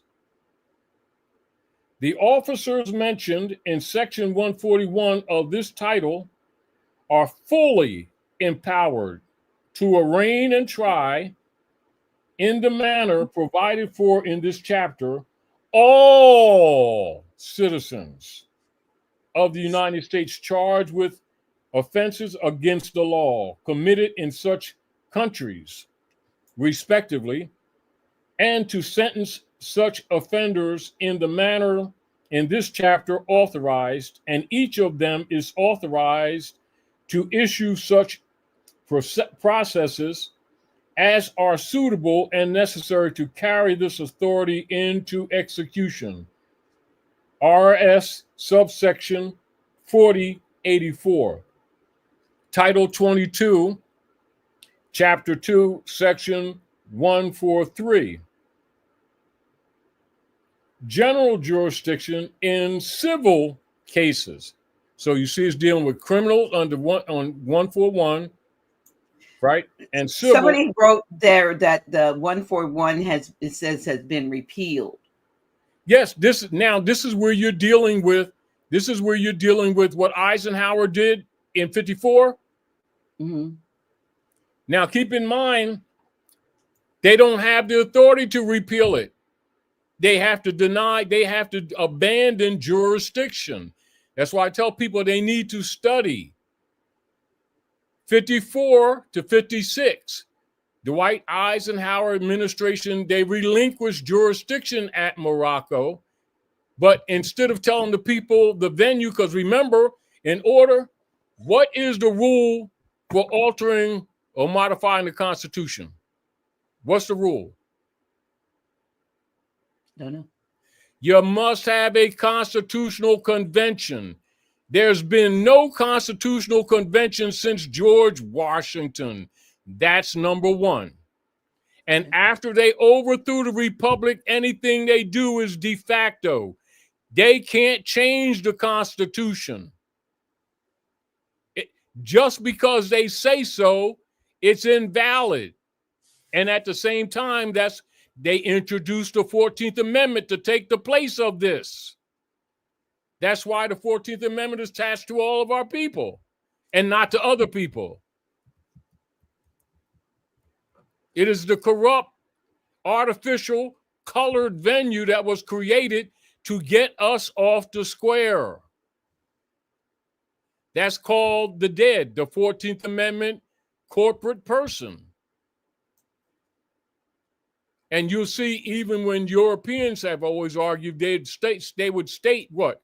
I am not 14th Amendment. And whenever they talk 14th Amendment, they're always talking to people of color, Indians and blacks. But it's all a false narrative. And so when you see them doing any lawsuits, they would do around Title 43, right? Right? Title 42, Title 43. And it all lead right back to the 14th Amendment. That's why people keep on getting screwed. And that's why we're teaching civics, because our concepts are wrong because we don't know the law. We think we do. And even people among our own who've actually secretly been selling us out will always try to dismiss it. It's sort of like people saying, well, the Constitution don't count no more. And you allow them to say that. And they're de facto. This is why, like for instance, like as we always say, Dr. G, people need to keep their head clear and read the Clearfield Doctrine.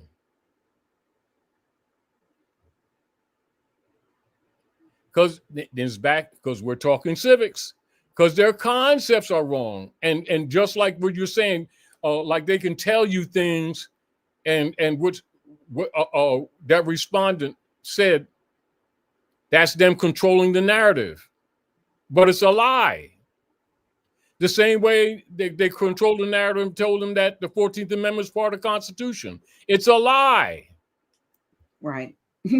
They just said it, but it ain't just because they said it. It is dead ab initio. But our people keep upholding it, don't they? Yeah. And they keep seeking remedy in it, don't they? And then get frustrated. Generation after generation after generation, keep getting screwed. And finally, people are starting to wake up to it, and they're arguing against it. But at the same time, they don't understand that it's taking the place of Article 3, Section 2. Now, let me read Section 143, and then we're going to go to the Constitution, and then for people who've accepted that misinformation, bring up in the congressional record the Constitutional Convention of 54 that they're implying that didn't take place, where this was repealed. You can't repeal the Constitution. They can't even add anything to it without a constitutional convention.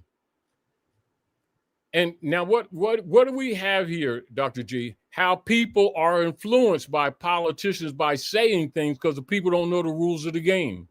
That's why we got to teach civics. Because these politicians can tell them anything and they go for it. So what happens when people accept that? They run to the 14th Amendment for remedy because they have no other remedy, because consular courts were what? Dismissed. They were neglected. It didn't leave the Constitution. In other words, just because they denied the Republic, did the Republic leave? Dr. G? No. All right, is the operation here the U.S. democracy, or is it Republic? Article 4, Section 4. It's the U.S. democracy, although the Republic is Article 4, here. Section 4 establishes what? The Republic, right? For every state in this union. At what point does Republic say democracy? No, at no point. But the politicians keep saying it, don't they? Yes, they do. That's a 14th Amendment argument. And the people bought it, don't they? Yeah, and keep defending it, don't they? And keep losing, don't they? Yeah. And then they keep wondering why, hey, people don't have no respect for us because we let them lie to our face, gaslight, and then we start promoting the false venues and attacking anyone who enforces Constitution, which means we've abandoned the square, haven't we? Absolutely. Now, let me read this and then continue, Dr. G. Title 22, Chapter 2, Section 143, general jurisdiction in civil cases. So now you got the criminal venues and you got the civil venues. They still have them venues, but they have them under corporate state courts under the Bar Association, not under the Constitution. Article 3, yeah. Such officers are also invested with all the judicial authority necessary to execute the provisions of such treaties respectfully in regard to civil rights. See, that's where the civil rights is supposed to come under. You see that, Dr. G? Mm-hmm. Whether of person, of property, or person. And they shall entertain jurisdiction in matters of contract at the port where or nearest to which it was to be executed, and in all other matters at the port where or nearest to which the damage complained of was sustained, provided such port be one of the ports at which the United States are represented by consuls. So when they're dealing with our people, they be saying council, don't they? Yes. Of the Bar Association, don't they? Right. They don't say consul of the Constitution, do they? And that's part of their connotative linguistics. It's so close. Exactly. So consul is constitutional. Council is a violation of the supremacy clause because members of the bar are not supposed to hold office. You see how easily these people keep getting played against their own interests and will defend it? Now, people who don't know civics accept it without having reference to research. Emotionally, I'm reading the law. What I'm reading is the law. Now, if this contrary, show for the record the constitutional convention by which this was eliminated from the Constitution. Therefore, the judicial powers of the United States, the judicial power itself was abrogated because that's what establishes those courts. Public minister, for those of you who are listening, write down Article 3, Section 2, constitutional judicial powers, and read that and then say, and then in relationship to the implied misinformation, show when there was a constitutional convention and that Article 3, Section 2 was eliminated from the Constitution and then substituted with the 14th Amendment. They won't say it because it never happened. But you'll always see them try to dismiss it. Why? Because if the people were taught constitutional principle, they wouldn't, for generations, been sacrificing generations running after the 14th Amendment for remedy. Every time something happened to our people, they were running to civil rights courts with some preacher guy to march around as an overseer and raising finance to give it to some Jew lawyers to represent them to ask for mercy. Just like right now, they're shaking because Trump is doing away with Section 14, Article 14 rather, and you know, basically what they don't realize is that they're mourning over. He's activating the republic. Right, they're mourning over amendment that made them property of the state and not heirs to the land. That designate them as property, not as property. That's what I said. Made them state property and not heirs of the land. And they cry like, we got to keep the 14th Amendment. And they're trying to defend it.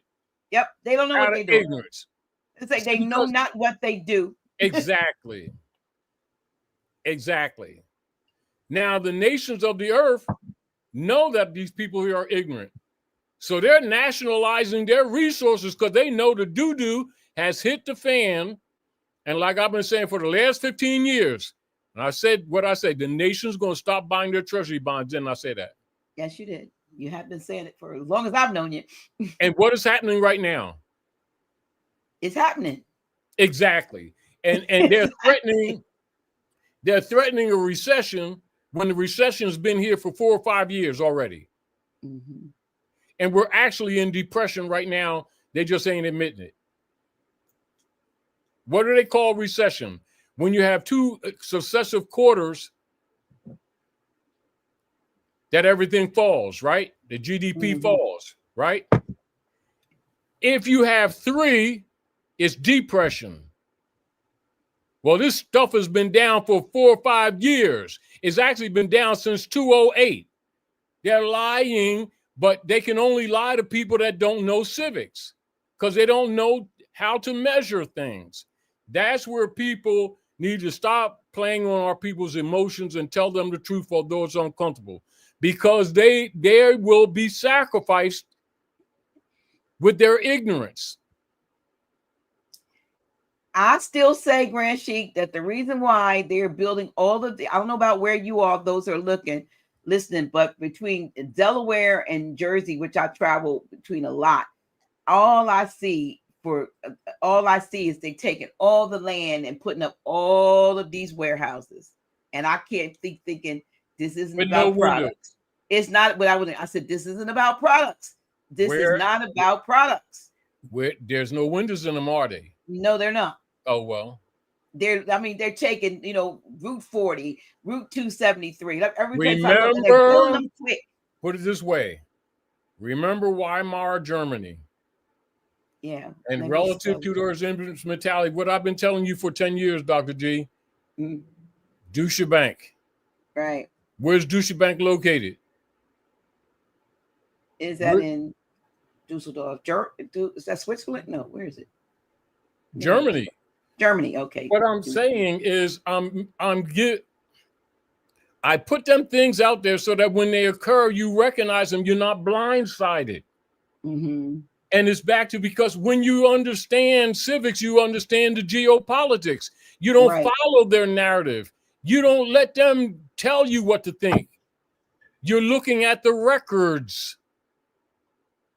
It's no different than, you can tell our people that they have difficulty or they can't read, and they'll take it as you're insulting them rather than try to learn. We get played because we can't damn read. But then our ego gets in the way.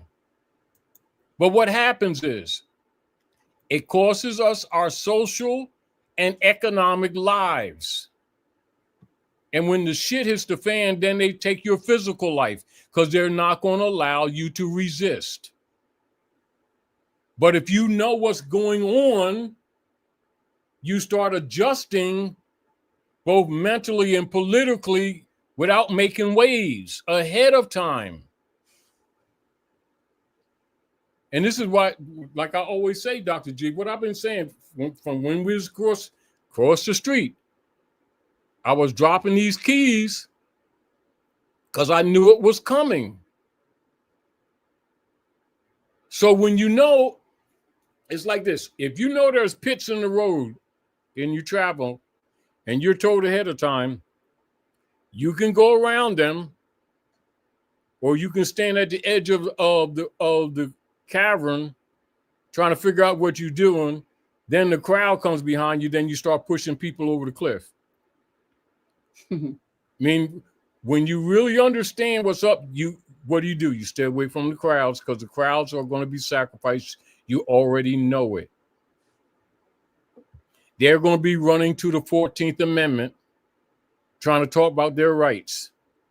And civilized people will be going back to the Republic and enforcing the Constitution to protect their estates, because they're going to be liquidating everybody's estates until the people catch on and rebel. Meanwhile, they'll be sacrificing people along the way. In other words, it'll be chaos before it stabilizes. And for the people who think that they won't hurt you, their concepts are wrong. Yeah. Your kid's baby, what you think they do it with you? They'll kill your baby with no conscience. Yeah. Sell them back to you in burger joints since 1940. Cosmetics. Since 1942, they've been feeding these people these disappeared children. And it is known. So a lot of these communications are denial. Because people don't want to look at the reality, hoping it don't get to them. They figure like if they play dumb with Rome, Rome won't eat them. It's like the rotisserie. And this is the same thing with the middle class Europeans. What we say 11, 12 years ago, middle class European is going to be the new nigger, and they're going to start telling the truth. A lot of things that the Europeans been saying these last 5 to 7 years, we've said 40, 50 years ago. And people looked at us like we were out to lunch. Europeans are constantly talking what? Restoring the Republic. And you know what? They watch our program and other, they watch Dane Calloway. They watch, of course, Dr. Key. They watch us. I get calls from them, and they want to know, how can I nationalize? How can I? Look, this is what they need to understand. Now look at this. I'll get some calls after this. Now look at this. Where is their position? What's presented to them in history, right? Thomas Jefferson, John Adams, Morris and all them, which was really first, Madison and then they was really first, Madison and Morris. Then you got Benjamin Franklin, right? John Adams, right? Thomas Jefferson. And what was their position? Article 6. And what did they say? What did George say to a woman that asked him about the republic? He says, "Madam, you now have a republic if you're willing to keep it." What have these people been suffering under? The U.S. democracy that they keep defending. What is that 14th Amendment attached to? U.S. democracy is not part of the Constitution. It was designed in 1868 because they squandered the finances of the Bureau of Refugees, Freedmen, and Abandoned Lands, which only stayed open 3 years. That's why these people don't have no 40 acres and a mule, because they would have had to give all the land back. And so everything they did with the Reconstruction would have been dead because we'd have had all the land back. That's why they killed Lincoln. To do what? To overthrow the republic. And like you said, the founding fathers, I'm looking at it, they were committing, like you said, committed to establishing a constitutional republic and treaty. That's right. where the Europeans, that's their position here. Now you understand the Naturalization Act. Right. Horace Greeley, they come under the Naturalization Act. And that's, is that something that more nations, states would do for those who want to come under that? That's the platform. See, like I keep saying, the platform already exists. It ain't being taught. They have a place, it's called the Naturalization Act. But because they were stealing our birthright with the convention, the Whigamores, they started this white and black stuff in order to steal our estate. When they're not white people, we are. It's a status. So they created all this connotative linguistics, and the people today keep thinking it's complexion. But they don't know better because they can't read, right? Right. Now, in relationship to that, right? Let's go to the law book, Dr. G. As a matter of fact, pull your law book from behind you. Where is it? Is it back here? Yeah. Yeah, Black's Law.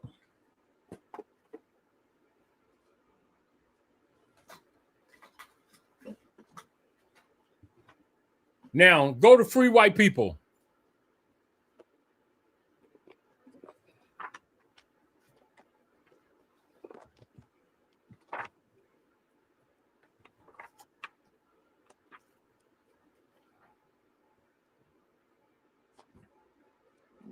Okay, free white persons. Yes. Now read it. Tell the page so the people can have their reference. This is fourth Black's Law, Henry Carmel Black's Black's Law Dictionary, fourth edition, page 792. Now you got to qualify ancient and modern jurisprudence. Okay, ancient and modern jurisprudence. In other words, the deal of it is you have to give them scholarship. So we got a little bit more detailed, so they have reference. So free white persons. Quote unquote, free white persons referred to in Naturalization Act as amended Slow down. So take notes. So now you're dealing in Naturalization Act. So therefore they need to know what naturalization is, don't they? So they know what they're talking about. Yeah. Right? Right. All right. So just reminding you. So now keep in mind, Ulysses Grant took office after they got rid of Lincoln. So it was modified at what date? You talk about the free white persons. Free white persons, right? 1870? Yes. So 1870, he modified it, right? How many years is that? July the 14th. right? Yeah. So how many years after 1854, Philadelphia? You see the timeline? Mm-hmm. So now he modified it. So you got to know the history and the civics to understand the social politics that they're dealing with that's hidden under the diversion of racism. You see how people be using these catchphrases and don't understand they are actually controlled narratives to divert you from what's going on. This is what's going on right here. This is the real politics. It's hard to get people to pay attention to real politics because they don't know civics. Again, why you're having this class. Now, I'm not going to stop you. Read that through, then make your commentary. Okay. Free white persons, quote unquote, free white persons referred to in Naturalization Act as amended by Act July 14, 1870 has meaning naturally given to it when first used in first statute 103 C3 meaning 103 C3 meaning all persons belonging to the European races then commonly counted as white and their descendants, including such descendants in other countries to which they have emigrated with an E. Immigrated. Well, understand that they're immigrants. Understand that they are immigrants. Understand that. Go ahead. Continue. With an E. It includes all European Jews, more or less intermixed with peoples of Celtic or Celtic, Scandinavian, Teutonic, Iberian, Latin, Greek, and Slavic descent. It includes Magyars, Lapps, and Finns, and the Basques and the Albanians. It includes the mixed Latin, Celtic, Iberian, and Moorish inhabitants of Spain and Portugal, the mixed Greek, Latin, Phoenician, and North African inhabitants of Sicily, and the mixed Slav and Tartar inhabitants of South Russia. It does not mean Caucasian race, Aryan race. Repeat that. It does not mean Caucasian race. Repeat Aryan. Repeat it. It does not mean Caucasian race. Aryan race are Indo-European races, nor the mixed Indo-European, Dravidian, Semitic, and Mongolian people who inhabit Persia. A Syrian of Asiatic birth and descent will not be entitled to become a naturalized citizen of the United States as being a free white person. And then it naturalized citizen of the United States. Naturalized citizen of the United States as being a free white person. So as you can see, it's a status. Then you mention all your law cases. That's reference. Mm-hmm. And so what happened in 1854? Whiggamore Party. They took on the title of white because they can't be white people. They traded places. You're the white people. Mm-hmm. That's why they even hide the Tartarian history here. Mm-hmm. Tartar inhabitants. Who are the Moors are white people. It's the status that the people, they are here at Morocco. They are the real sovereign of the land. That's where all the tribes are of Canaanite, Moabite descent. They're tribes, and they're loosely referred to also under military terms as Native Americans, which is a classification, not identification. But they put them under the jurisdiction of the War Department under Calhoun, under the BIA, so they could what? Control them. But implied that they were acknowledging them without sovereign power. That's why they took over all those casinos and stole all the finance once they started making money.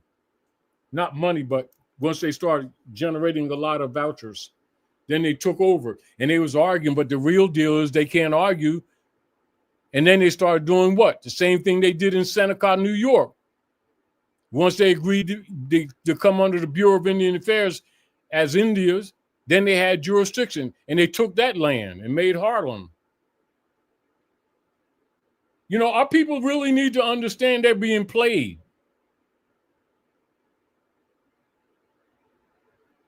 And so what we're doing, we're showing them the real law, the pedigree, the real anthropology, the real civics, so they're not controlled by the narrative of the Whiggamore Party under Ulysses Grant and Horace Greeley, which is controlling their thought processes. That's why they always use their so-called colored overseers to garner their sanctioning under the guise of vote. What do? They took millions and went around and gave it to what they designate as Negro leader guys and gave them a couple 100,000 notes to convince our people to vote for Kamala, didn't they? Nobody want to admit it, do they?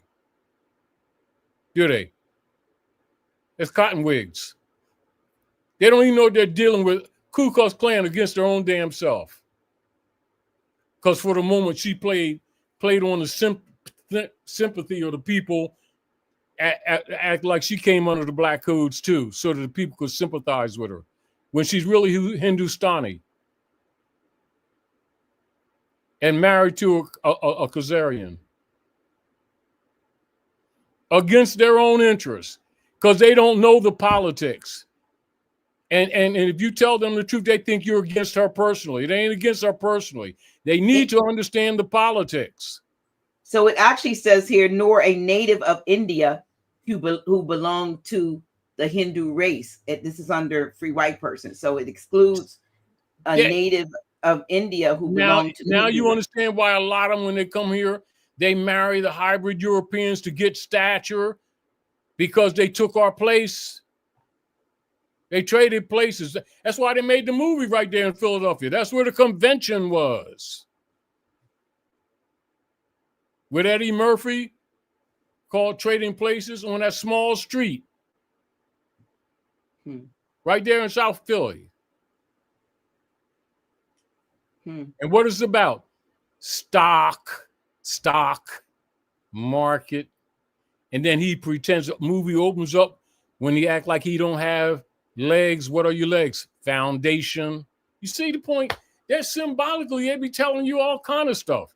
No different than they telling people stuff in this movie that they have called Sinners, this recent movie. They're telling you your history. With the movie with Will Smith, right? Wild Wild West. Go west, young man. What did that spider say to him? That guy that was in that spider uniform, he says to Will Smith, he says, "You look like a handsome black or more." Oh. Same thing they said to Martin. Yeah. In the what? Black Knight. And then he looking at his medallion, and he's saying, and the Europeans looking for him for guidance, because he's out of time warp. And he's saying, what's this Moore thing? He don't know himself.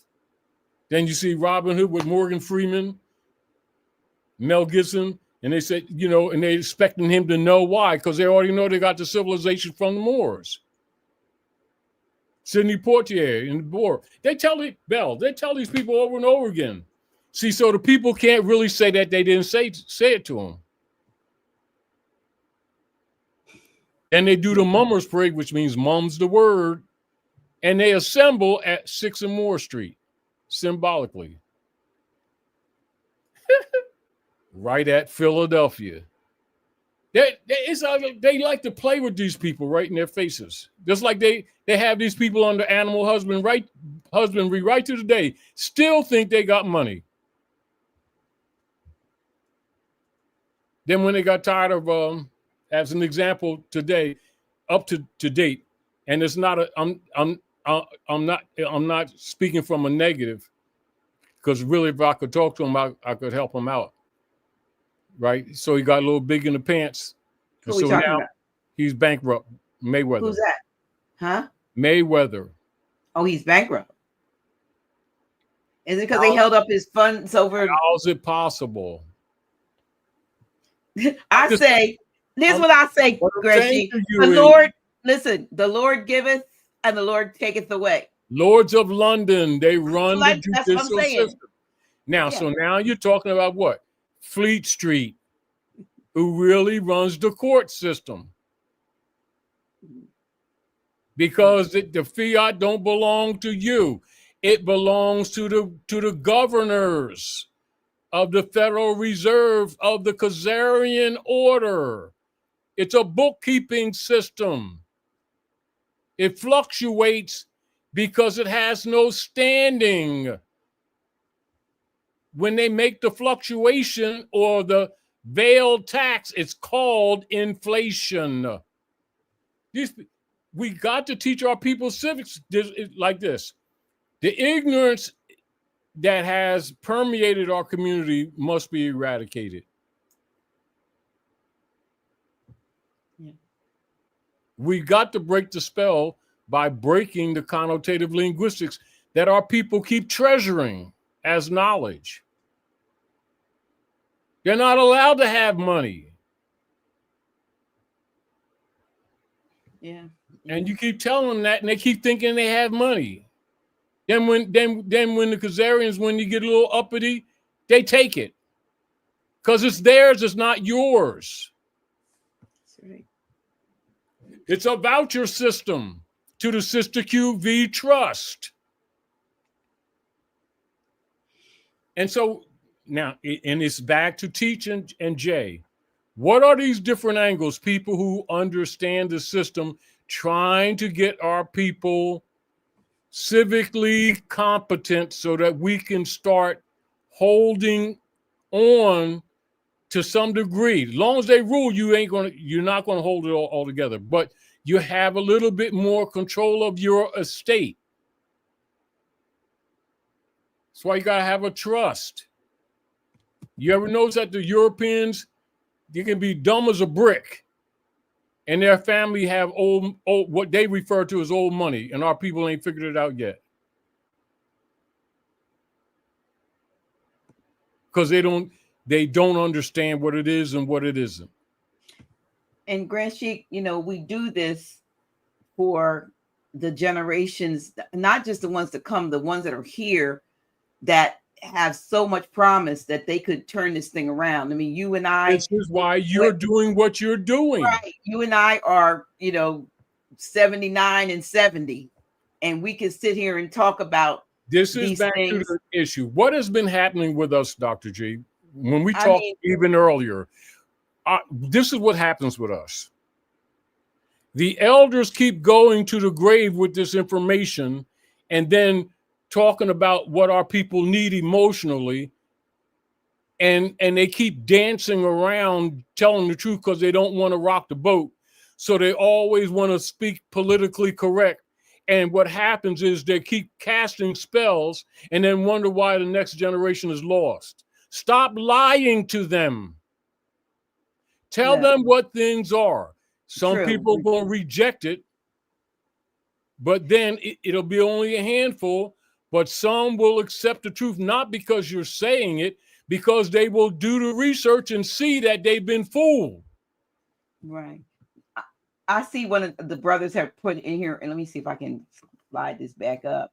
He said, I'm just going to put this up. Amir's, he said, that's why I got the land patents in Arizona expanding over 300,000 acres. I literally went to, if you recall, Sister Cynthia Martinell and myself and Brother Chris, we went to Arizona and I sat with the brother here. And I saw, actually, he gave me copies of the land patent. So it is actually, a fact that you can do certain things. Like I said, he came to our Airbnb where we were staying, he and his father and his son, and actually showed me and gave me a copy of the land patents.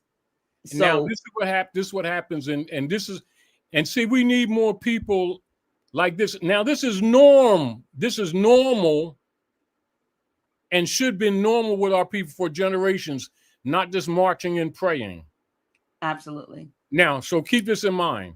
What did they do on Jekyll Island that they call the monster, the creature, that a lot of people don't talk about? They're always talking about the Khazarian mafia. These are the people claiming to be Jews that are not Jews that murdered off a lot of our people off that island, right? Off the coast of Georgia. And because remember, when they overthrew Lincoln, they murdered Lincoln. So the Republic, politically, not lawfully, politically, the Republic went down with Abraham Lincoln. Mm-hmm. So the world governments know, all Masons know, all DAR know, all Kyklaos know, all Knights of Malta know, all Adepts know, all Knights of Columbus know, all through society know. The only ones that don't know is so-called black people and poor whites. That the Republic was overthrown with Lincoln. After Lincoln, no lawful government operates on the land. It's all interregnum de facto. What did they do on Jekyll Island?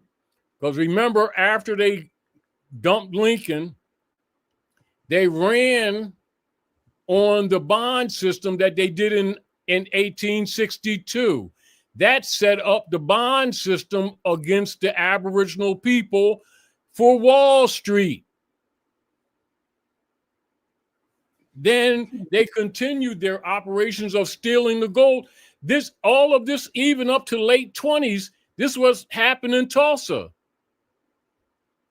That was the most wealthy bank on the land. They don't tell you that when they bombed Tulsa, Oklahoma. And steal the gold and sold and murdered the people and fed them to pigs. They don't tell you all the real history. And back that the foundation for Wall Street at the land of Nod, i.e. New York. That's the bondage, the bonds that are at the foundation of the fiat voucher system tied to the Sister QV trust system. That was tied first by the marriage certificates. The birth certificates didn't come to 33 when it crashed again.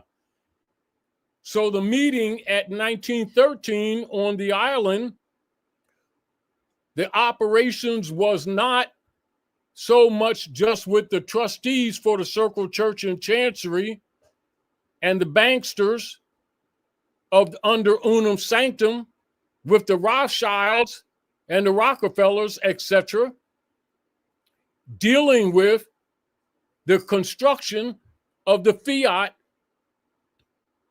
execution. They still had certificates, but they were still stealing the gold.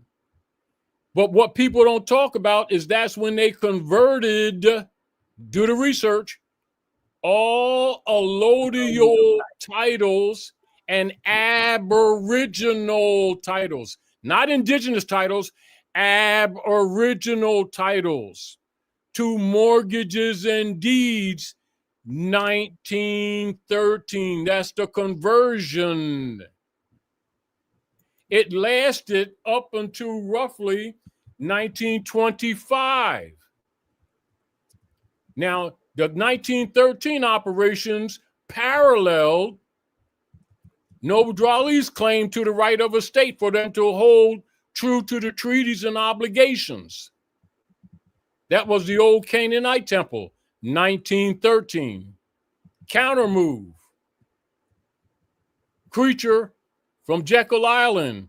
And so they converted all aboriginal titles, which is the superior title. That's the real claim. Now, and this is again, Dr. G, where for themselves, they started creating like land patents and things like that and land grants to still steal the land from us. when our position is aboriginal title, superior to all of that. Because when it all boils down, only the aboriginal titles will stand when everything collapses. That's why they don't teach it. Back to what are we doing? When you talked earlier, you said, I'm gonna give a civic class, start doing some civics. The more you talk about, see, if you talk, it gets people thinking. Then when they start doing research, they see the real politics. The deal is the people don't know what they're dealing with, Dr. G. Once you understand this, you understand the Trading with the Enemy Act. And then you understand the War Tax Act of 1917, the correlation of years, what its real function is, the Buck Act. You understand it all.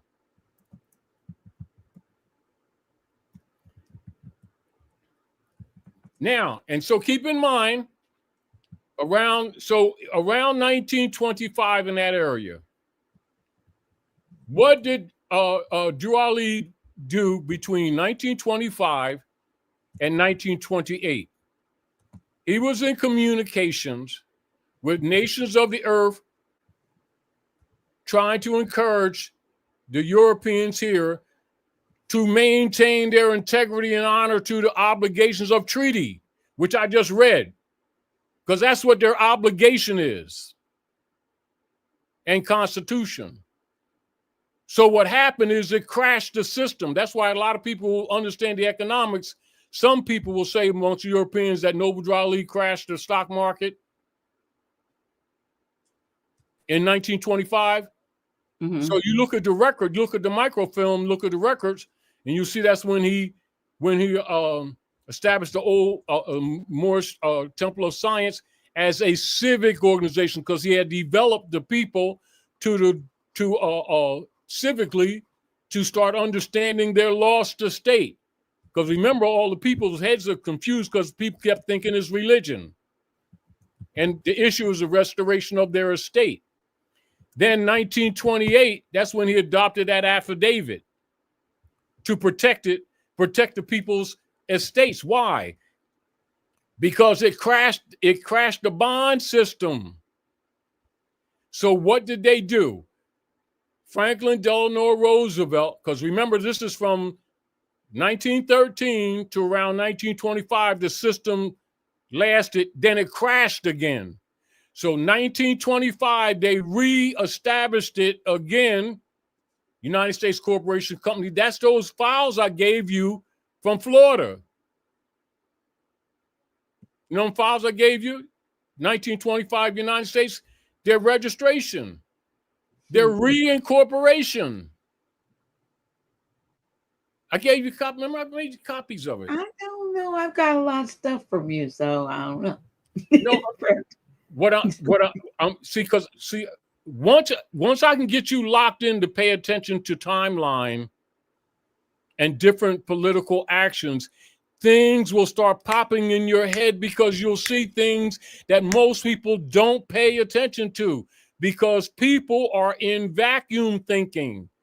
They don't know how to look at century activities and tie them together. They don't have a detective mind. Most people don't have photographic memory. Our attention spans by design are short. All right. I tend to see things, they link. I, get one thing and then I see the connection between that and something else. Once you get the connections, you understand the politics, and then when they're trying to BS you with a whole bunch of other stuff, you see, you don't even let it bother you. You be looking at people around you and wonder how damn dumb can they damn be, for how long, how many generations, and the stuff is in their faces. You can see why these people have contempt for the people, because he has to know that some of them are just in denial for fear, not that they can't see it. And to get along, they rather go along with the politically correct and start making them kind of statements and pretending that they're helping their people. No different than the overseers start doing this civil rights stuff when they know that Eisenhower relinquished jurisdiction at Morocco in 54. They didn't dismiss the Constitution and consular venue. They relinquished jurisdiction because they can't change the Constitution. This is why, like, when you start doing a lot of law cases and you see Europeans were starting to make claims with UCCs and financial statements and everything, and then the magistrates would tell them, you can't use that Constitution as a defense. You're not a party to it. Mm-hmm. And I know you've heard that here and there, and people don't understand that, well, he can't stop them from their constitutional rights. Yes, he can. They called themselves white people. With the Naturalization Act after Ulysses Grant, without a nationality, you can't make a claim of any damn estate. And the deal of it is the only ones that can make claim to the land is a allodial title, an aboriginal title, not anything that was legislated thereafter. Anything there that was thereafter is already superseded by aboriginal titles, i.e., Article 6, Constitution for the United States. All debts and contracts entered into before the adoption of this Constitution shall be binding against the United States under this Constitution as under the Confederation. And all treaties made or which shall be made under this Constitution shall be the supreme law of the land. Get over it. All right. And so the heirs must be named and everybody's dancing around it. But guess what? While they're dancing, the system is collapsing. Crashing, it's going down. Yes, collapsing. It's unstoppable. Therefore, those who understand the real geopolitics will pull their ego in, pull their vanity in, stop spending their vouchers on frivolous things like expensive belts and pocketbooks and other stupid shit. We'll start getting back to the earth, set up trust, make their claims, and wait it out because it's going to collapse all around you. So now you're going to need all these people with all these emotional responses to have knowledge, because you're going to need people with knowledge to start running government. You're going to have to rebuild. You can't have people restoring the republic who don't know what the republic is. That's right. They think it's a democracy. They're going to get guillotined. We need to get them to come out on Fourth Fridays to our living in private class. They need to get some alternatives. So I know we love having you there, but we do have an awesome instructor that comes from DC, especially if people are looking to do something other. What they do, because he realizes that how useless the fiat is, they give it away. So this is the whole point. Yeah, but this is the point that I'm making to you, Dr. J. Yeah. That's applying the knowledge. Okay. Now, what we're doing is we're putting the basic erudition in that's missing, because remember this: you can have intelligent and goodwill brothers and sisters like themselves, me or you or anyone else, that can say to people they need to do trust, they need to buy some silver, different things like that, and they'll be thinking it's your opinion, not understanding they're in danger. Right. Do you understand? And they'll be moving on their training basis. And remember, their training bases are whether they believe things or not knowing things. They don't move on knowledge. They move on whether they believe things or not. Emotions. Right? They will be called under war powers when martial law comes. They will be the kind of people marching down the street talking about their rights and get mowed down, not knowing they shouldn't be there. Do you think they have rights that don't rest with them? See, this is what's happening. This is what's happening with the bond system. You have what is known as a derivative system, which is multi-fractionalized claims on the same bond systems that ultimately lead back to gold that ain't there. And the people are thinking about all these instrumentalities, paper gold that they call it, that's crashing and that's accelerating, which is why they're having this problem now, while the Praters going around talking about we're going to take over the Panama Canal, we're going to take over Canada and take a piece of Mexico and talking like this, because they know they're trying to grab resources under unum sanctum, because no one's buying the bonds, which I told you would happen. Yeah. In other words, they're living it right now. It's here. Right. We are seeing it. What are they doing with all these people that think they have money? They're crashing their mortgage deed claims on all of those condos and mansions and all of the commercial buildings.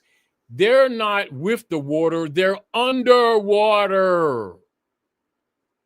Then they're going to convert them for pennies on a dollar to try to save the corporation again, which is why Trump and Elon is not trying to fire individuals. They're firing departments. Yeah. It ain't personal. They're liquidating and people can't see it. They're not going to say to the people that they're liquidating. And it still won't be enough. And they're also closing hospitals. I saw a TikTok video from a nurse that was standing outside her former place of employment that shut down. Well, it was in her backyard. She didn't say it, but it was Crozier Chester. The whole system went down. I met another nurse the other day that was her last day, a couple of days last week, and they shut down the whole hospital system because of the financial situation of the so-called owners. And that's the burn center of this tri-state area. Mm-hmm. They had a brother, I was told by the nurse, that showed up at the emergency. Somebody brought him by a car, been shot. Nobody there to take care of him. He bled out. So Crozier Chester's like right next door, mm-hmm. and people from here go there. But a whole hospital system, not just there, but all the places that they're connected to. Now, look what's happening to. So we're talking top shelf. Harvard, as an example, what's it? 8.2 billion that they get, and that's only because that's one of the largest. They pulled it. All your major universities. What is it telling you that's on the way? So what we talked about years ago over the House of Reawakening Minds? They're going to have these people graduating with student debt, right? That won't be forgiven. Of jobs that won't exist. And the debt won't be forgiven. And if they did, they would already be obsolete when they graduate. Then they're going to what? Put them in slavery and take what they have and convert it. That back to what we talk about now. What you said earlier. As I'm talking, now you understand the reversioner. Right. I said, I was today years old, but no, a couple of days, when I found out when I was doing the study that you asked me to do, that I am the reversioner. You have to make the claim. But every time you would say the reversioner, I would always say, oh, that's a statement that people need to make. They have to fill out. That's the nature. It has to be the nature of a competent heir. We are the reversioner. Exactly. You're the heir. If the heirs don't speak up, they liquidate your estate. That's what they've been doing. And the deal of it is people who got a little bit conscious, start thinking about those 2 executive orders from Roosevelt and start arguing the birth certificate And that ain't all that it is. The marriage certificate superseded it. It's just that they fractionalized it so much that it wasn't accepted anymore. Then the birth certificate was done to refund them again. That's the reorganization in 1925 in Florida. That's when we did a class on that, and I showed you the paper. Right. So the, See, the marriage look certificate, at it was them the eggs. timelines. Look at Right. them So they had to get timelines. well, the eggs were in, all in the womb when all that was what they think came out the marriage, and then they specifically It's monetized the birth human certificate. trafficking. It ain't got Absolutely. nothing to do with what people think it does. Right. Therefore, It's if the not the status is sanctity of dead, the standing is dead. And right. this is what happens. No matter what is done in legal process under their jurisdiction, if you're not an heir for real, your claim is dead. Just like their claims are dead on the 14th Amendment. No matter how long the people accept it, it ain't law. It's color of law. Now, right now, at this moment, Dr. G, go to the ancient and modern jurisprudence, look up colored, read that, in conjunction with free white people. Now, read colored. We're tying these things together because remember, if the status is dead, the claim is dead.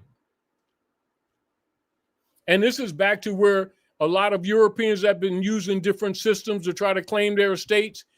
And then when they perfect the processes, people keep talking about processes, and the magistrates tell them you can't use that constitution.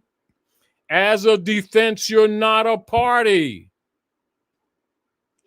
Okay.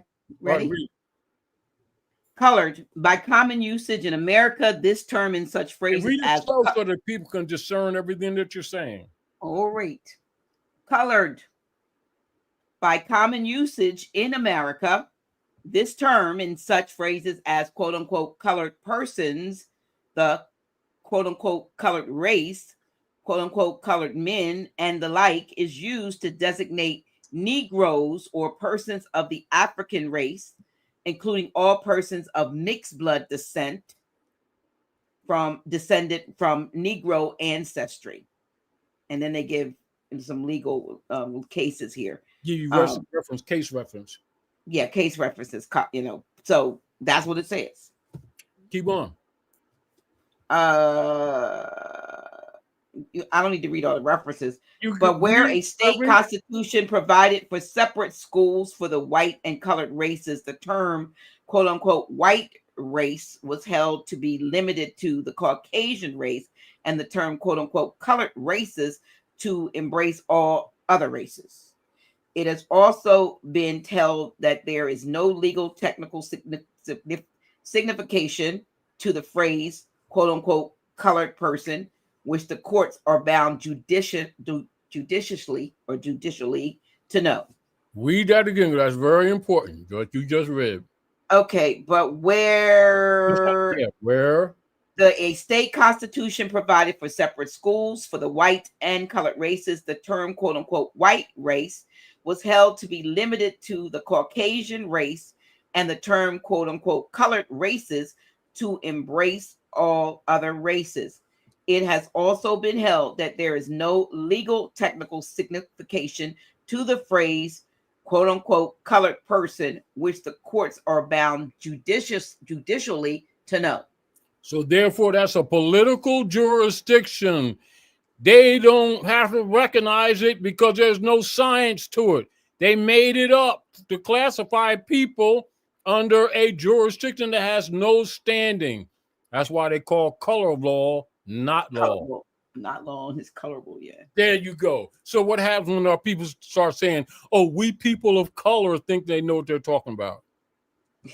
They have no standing at law. Yeah. Well, now you understand identity theft. Yeah, the real identity theft.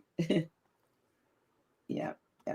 And they have such words that they use that we like, as Those cheat. are like words like as cheat because they cheat. There are civil liter mortuus terms. Right. It says term, and our people will say it's identity because they can't read. Yep. Connotative linguistics. And all they got to do is get us to project it. That's a contract. Right. Well, listen, we have been on here for 3 hours. You are not going to look. Grand Sheik is not going to get me. We packing a whole bunch into our one session a month, y'all. We'll be doing one session at the first Friday for just a little bit until Grand Sheik gets all of his strength. Because this as much fire and fervor as he's showing you tonight, I know that is going to take its toll on him, because he looks like he's back at 100%. That we're not even seeing 100%. I don't know what's going to happen when he gets completely back to 100%. But and it doesn't look appear like he's had his dinner, because I know she brought it to him maybe about an hour ago. He tried to sneak some in and talk and be scholarly with food at the same time. We didn't intend to be candy. He eating candy, but I know she put your plate down there quite some time ago, and I want to be mindful of that. She can cook too. Okay. So he's eating candy. I'm drinking like coffee with purpose that we actually have. But Dr. J, but we need to projection, because of the time factor. Yes. When these things that we You're welcome, Sister Light. when we point some of these things out and they're really studied, it kills the naivety, which is why certain things that over the years I heavily edited and put certain things out there, because if it's like this, what the people don't understand, if that status foundation is not fixed, everything else they do don't count. Right. And people think, and I comprehend it, and I understand that it can be frustrating. They be thinking, because they do these different processes that it makes standing. See, the standing is status, because remember what you have in the jurisdiction, in personam jurisdiction, subject matter jurisdiction, and territorial jurisdiction. Then you have your subcategories that comes under that, which is about 8 different points. And so the people have to know them, so that when they're receiving information in their mind, they can properly categorize it without having a discussion. Absolutely. People in government or who's controlling the estate already know what this is, because they've been colonizing you. They already know this stuff. They just don't talk about it. And so if you're trying to make a right of claim and you're controlled by their connotative linguistics and don't understand estate law, principle, and land, they're talking to you, looking at you cross-eyed. Look, like I say, on Schitt's Creek, you need to you out there with without a paddle. So you got to get your paddle together, which is your knowledge. People be thinking they dissing you, which they are, but the real deal is they're not going to teach you how to decolonize. Heck no. Because they've got your estate on the stock market and got your body tied to it. Mm-hmm. But your body's hypothecated. Right, your state is hypothecated. But that's why they can't own anything. That's why they're listed as a tenant forever. Yeah. So now before we go, I'm gonna throw this because I want everybody to look at what's happening right now. Mm-hmm. San Francisco, Philadelphia, Chicago, Miami. Now starting to happen in Houston, Texas. As the people ran from California to Nevada to Louisiana and Texas, running away from the other stuff, the conversion of a state, they hide it under this term, housing bubble. Mm-hmm. About the conversion of a state. And on now, so what needs to be fixed? These people have to make reversion. They don't know the politics. They don't know civics. They don't know what to do. The corporate operatives pretending to be government are robbing them, and they're going to be looking to them to fix this thing when they're the problem. And because we're so slow to learn here, the nations are nationalizing all over the place while we're trying to do what? Teach our people civics that should have been with them 80 years ago. Mm-hmm. Point that I'm making is, like I said the last time when we did our class before, the people don't know the trouble that they're in. What we're trying to do is get people to survive this crash. The phase that they're going to go through and that we're all going through right now is worse than the Depression of 33. It just ain't hit them yet. And when it gets to a point, they're going to be shutting things down, shutting off grids, just like they did in Spain and Portugal. That wasn't no damn sunspot. They shut it down. Why? Because most of your bond systems come from Fleet Street. So they couldn't make any bond transfers, could they? They're crashing the system, Dr. G. And the people still don't see it. And they're going to steal these people's accounts and stretch it as long as they can and blame it on Russia and China. It's them. Fleet Street, England runs the court system here. The court system is not run from Washington. It's run from the Circle, Church, and Chancery, also known as the Crown. They think the Crown is the Queen. Crown is the barristers. They run the entire court system, judicial system at North America. That's why they promoted the 14th Amendment. That's why when you start talking constitutional enforcement like we were talking here, Article 3, Section 2, that's why they be put out there to try to dismiss it. They don't want you to pay attention to it. That's what was overthrown. They can't change the Constitution.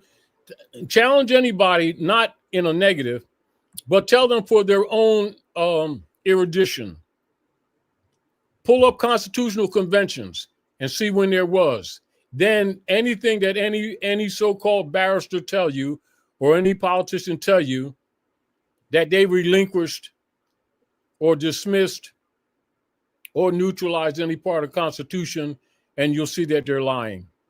Last Constitutional Convention was when George Washington was assigned to the palace. This is the reason why most of the people, even the people who are listening right now, don't know that George Washington was the 9th president. They think he was the first because they were miseducated. And it's just stuff as clear as that, whereas we can show you the documents and prove it. Right in the congressional record, but they know that these people ain't going to read. So they'll say, you want to hide something from these monkeys? Put it in a book. We got to get people past their emotions and their egos. So that last one was 1787. Yeah. Now, May 25th. When was George assigned? 1789. Yeah.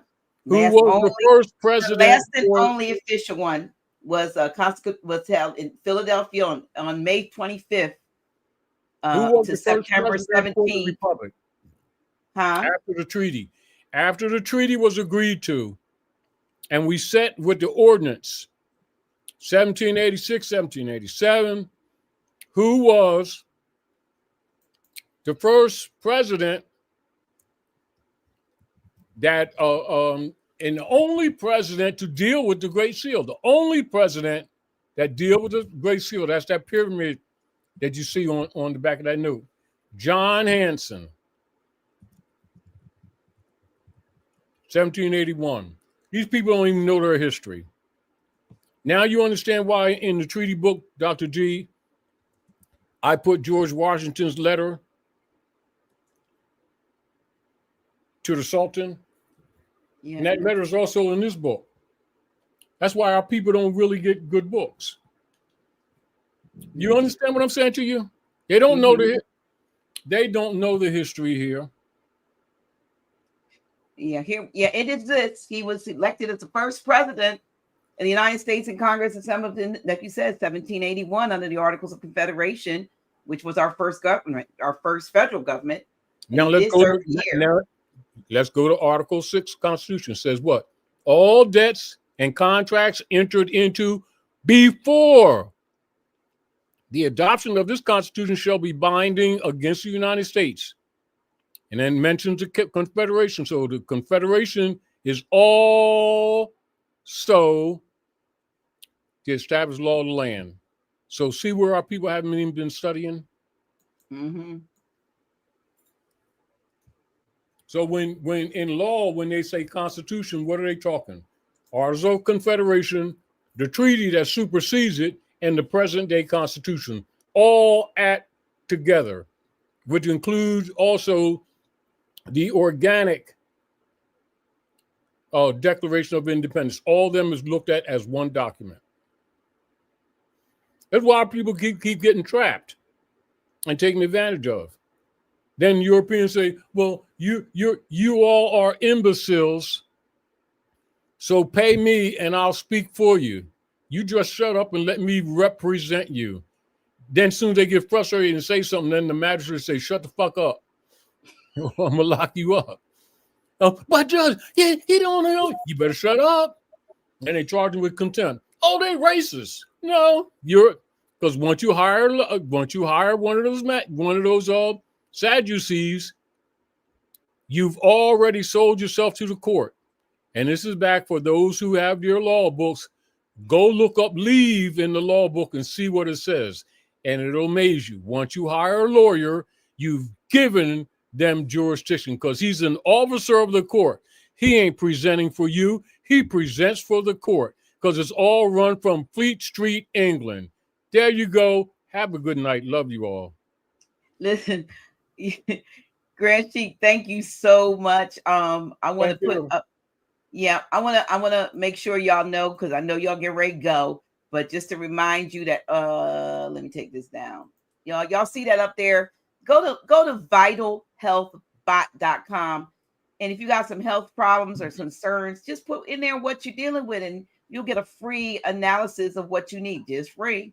It's free. And then if you really want something, you can call me, and I can direct you to my site. But we have some awesome herbal products in the spirit of our late doctor, Dr. Sabi, those kinds of herbs, but very, very affordable.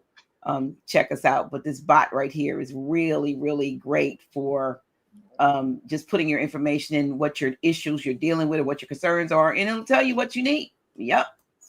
So I just want to make sure you know that exists. But I wanted to make sure that we know what's coming up on the fourth Friday. Here it is. Okay. Yeah. So the fourth Friday, which is Friday, May 23rd, 2025, 7 p.m. Eastern, doors open at 6:30. Of course, teaching Lady J, teaching us how to live in private. I'm your host, and I'll probably speak about something just to open up.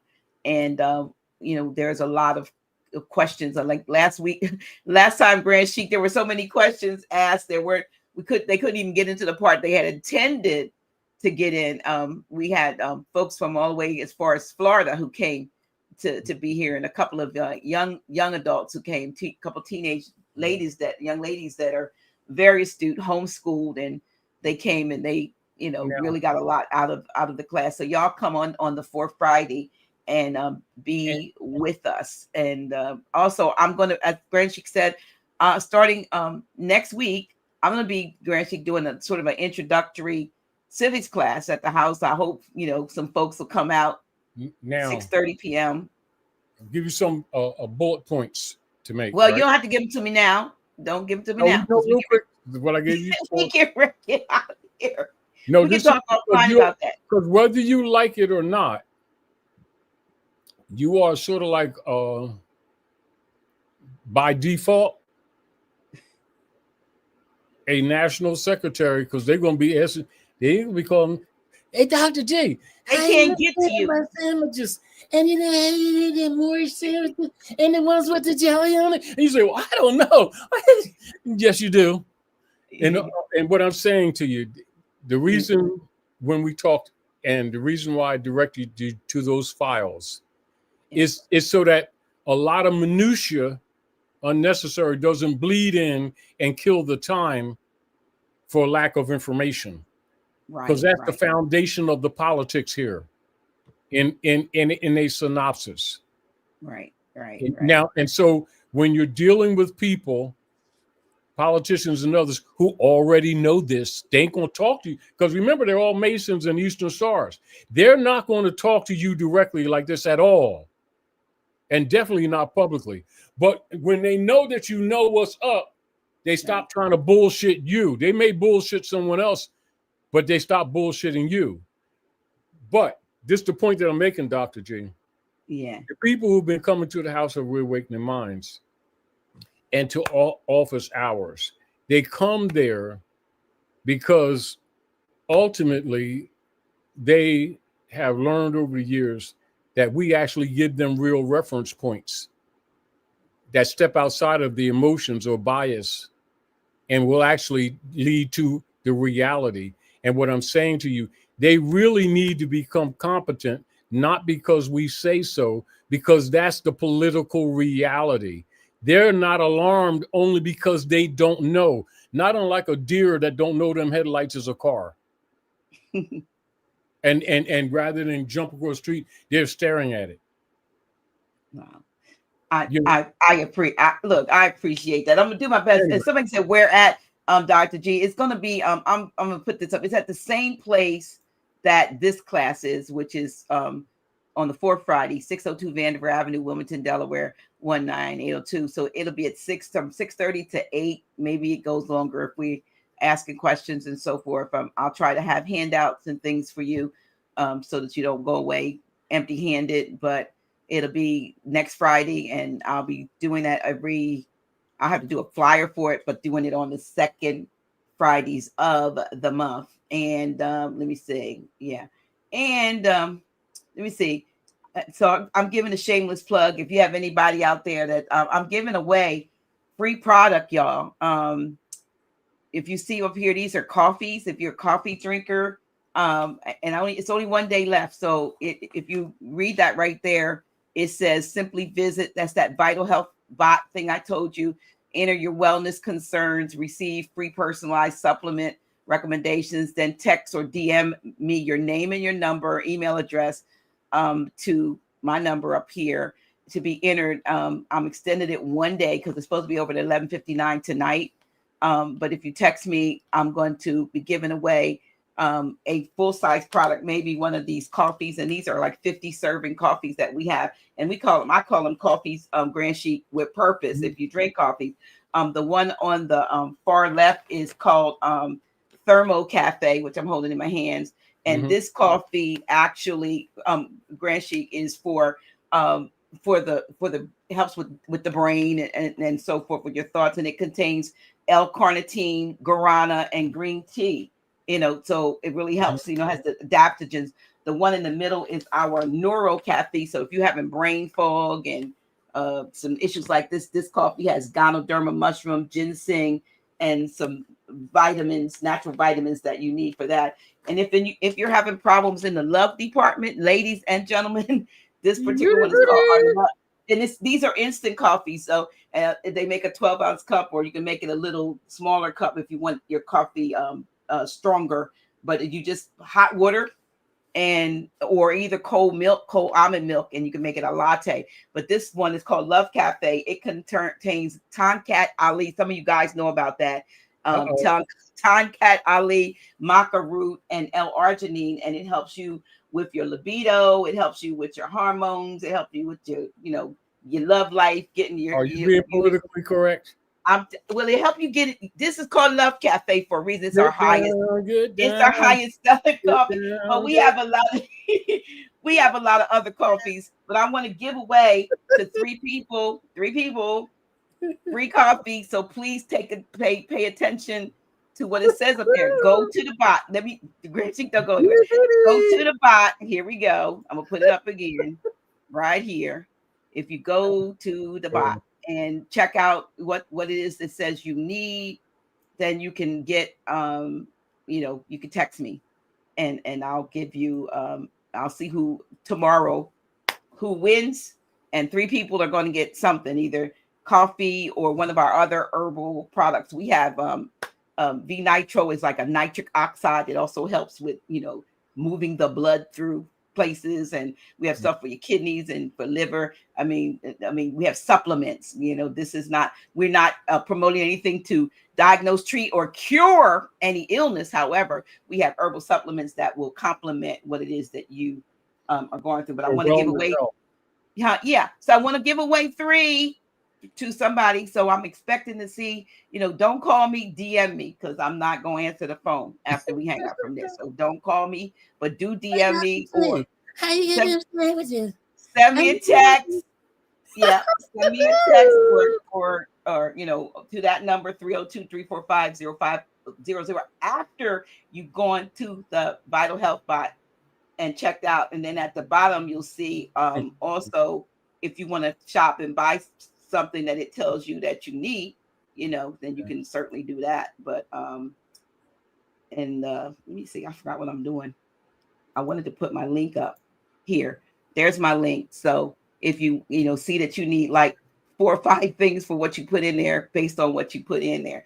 And Grand Sheik, I have a new scanner that goes along with this, but I can only use it with people in person. And what that does is you put your finger in this particular scanner, sort of like what you see in the doctor's office when they do like a pulse like thing on your finger. It's downstairs, but it clicks on your finger. It runs a pulse through your finger, and it will evaluate 45 vital functions of your body and generate a 120-page report on what's going on. You might think you know what's going on, but this literally generates a 120-page report, tells you what's going on based on 45 points. And then it also will tell you what of our products or other products that you might want to add to your supplement regimen to assist you. So thank you all. You're always looking out for the people. I really respect you for that. I try. Yeah, but you be constantly, I'm really appreciate you, and I really love that nurturing matriarchal spirit. Because it's like you get like a sister mama, make sure everybody all right. Right. And I wouldn't recommend to anybody anything that I myself will do. Like I know you do. Yeah, I know you be real. You don't push nothing that you don't do yourself. I don't do myself. So and like I said, you and I, I'm with you for one more year with in the septuagenarians. I just entered into the 70s, and you got going out at the beginning of next year. But while we both step to, I think we're called septuagenarians. There's certain things that will help you.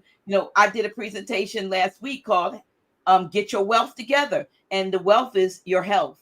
And even though all these things are going on and things that could stress you and stuff, and got your kidneys working overtime, or your brain working they're attacking the people. Right. Or the stuff, the heavy metals. We have a detox tea that's the bomb that will work to help clean out all of the heavy metals and junk, but it won't make you have to be tied to the bathroom stuff. So I just want to help folks, do what I'm doing and feel better. So and there are solutions out there to assist. Like I said, this is not a claim of medical to diagnose, treat, or cure anything, but it's assistance to help you make informed choices and decisions about your wellness regimen. So thank you so much, everybody, for tuning in.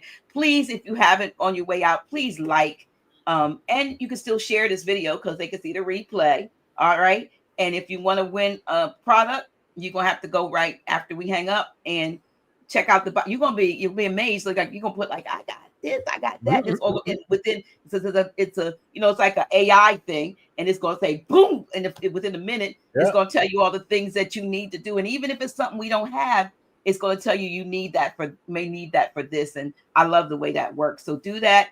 Send me a DM if you want to win something, because I'm really going to give it away. Yeah, do that. And Grand Sheik, we look good on it. Let me slide over here. Yeah, we look kind of good on the sides of the coffee. and tell Grand Sheik, I thank you. So I thank her so much for allowing you to be on this long. We had almost 3 hours and 30 minutes, but time passes when you're having fun. And we've had a great time. A lot of what I researched, we didn't talk about, but it's something we could do, the next time, because I'm sure we got to go refined. But what I was seeking from, even when I direct you to those things, because what you recognize, this is what I'm saying to you. Half the questions that people will ask, they will already be answered. They'll recognize the questions are generated from trying to understand concept, right? Because they're not familiar with that everything operates on estate, status, and trust. Everything, right, in the political realm. And when you step out your door, and even before you step out the door, it's jurisdiction. Right. Jurisdiction. Claim. Jurisdiction. So if they understand the concepts by understanding civic structure, they answer it themselves. And what you see people keep trying to do, if you see the thing that attracts a lot of people to these venues, they, whether consciously or unconsciously, they're trying to claim their estate. Right. And they're trying to jump to it without understanding the rules, which will cause failure. And let's end with this. Because I did my little research, so I'm going to share this right quick. With understanding jurisdiction, as Grand Sheik says, jurisdiction is the power to an authority to act and to do. And there's three primary types of jurisdiction that we have to know. Subject matter jurisdiction, and that's the authority over the type of issue. Contracts, criminal, maritime, equity. That's this physical natural being, sentient man or woman. Then there's subject matter. Territorial jurisdiction, authority over the geographical area or land or space. That would be territorial jurisdiction. Right. And then there's personal or in persona jurisdiction, authority over the person. That's first. So are you operating as a natural being or as a corporate fiction, all caps? So those are the three key that would also include political allegiances, Dr. G. Okay. That's why you can't be a 14th Amendment and make the claim. You can do perfect paper claims, know the history, and lose it claiming under 14th Amendment. Let me say this. At the class last week, Teach told us about a brother that was in their courts, and I don't know what the subject matter was, but it was at the courts, was kind of winning, but he said, he was just standing on the square that he was not in their jurisdiction. When a break, I think he said, came and they all went out, they recessed the court. This brother went to across the street from the courthouse and took funds out, fiat out of a ATM machine, and they saw him do it. And when he came back in the court and he was still claiming, he wasn't in their jurisdiction, they brought up the fact, did you go to the ATM across this, and we're doing the break, and it messed up his whole case. Something as simple as that. This is the whole point. Now, this is back to understanding jurisdiction. Jurisdiction and averment of jurisdiction, even a mandamus, can be invoked prior, present, future. They were testing him. Yeah. See, this is why, and this is back to, you can do everything right. And if your standing is dead, your claim is dead. Yeah. Now, Here's the point. All he had to do was, this is why you don't call it money. If you called it money, then you failed. Right. Says, now, did you take money out? because you, that magistrate, is operating as an administrative clerk, because we're under occupation. I went across the street and got a voucher to make a transfer routing claim on resource on the Sister QV trust. I didn't get any money. You know it, and I know it too. He would have killed it. That's how you reverse it.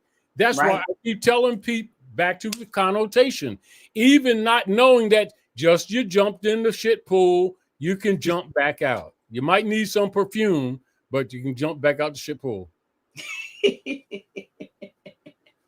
Okay, y'all. We going for real now. Grand Sheik, thank you. I love you. Right. And I appreciate you. And I know we'll be talking. We'll be talking soon, y'all. I just want to remind you how important why I told you to read the people that are going to be speaking, have them read them things thoroughly, mark off bullet points. As the questions come, you'll answer them, because remember, these are the position that all these politicians already have. Remember, those are abstracts from their documents. Right. You know, like I'll expand on a research level, you know, to make an ancillary adaptation, because they will talk vaguely. So I'll clarify it. But the body content of the concepts are in all those documents. That's why I keep telling people, read the Travacant letter, read the Clearfield Doctrine, read the Reversioner. You know, Wiggum, you got the politics. They're not, and understand, they're not going to entertain you publicly and expose themselves, but they know that you understand the system. They can't gaslight you. So we have to be patient with ourselves, because this is what happens, Dr. G. You can give people stuff, they'll read 2 lines and don't read the rest. Right. And the concepts are there. No different than, I'm going to say this to let you go. Okay. And just reminding you, even in our conversation as we're going along, and I remind you of the registration of the reincorporation of the United States in 1925. And I remind you, I gave you the documents, and then you was trying to think, you know, because we be doing so much stuff. But I remind you, those are funded. Once the people have that, they can't BS them no more. Right. They know. They can see it's a corporation. Yeah, it's a corporation. There's Sears telling you you can't do sandwiches on Thursdays and then taxing you. Right. Now, that's the Clearfield Doctrine. Because basically what them presenters for the bank was saying to them without saying it, look, y'all assholes, we know that you ain't no different than Sears. You do that to them dumb niggers and them poor people of color, but you ain't gonna put that on us. That's the nature of the Clearfield Doctrine. Why? Because when they incorporated and overthrew the Republic, they lost their sovereign authority.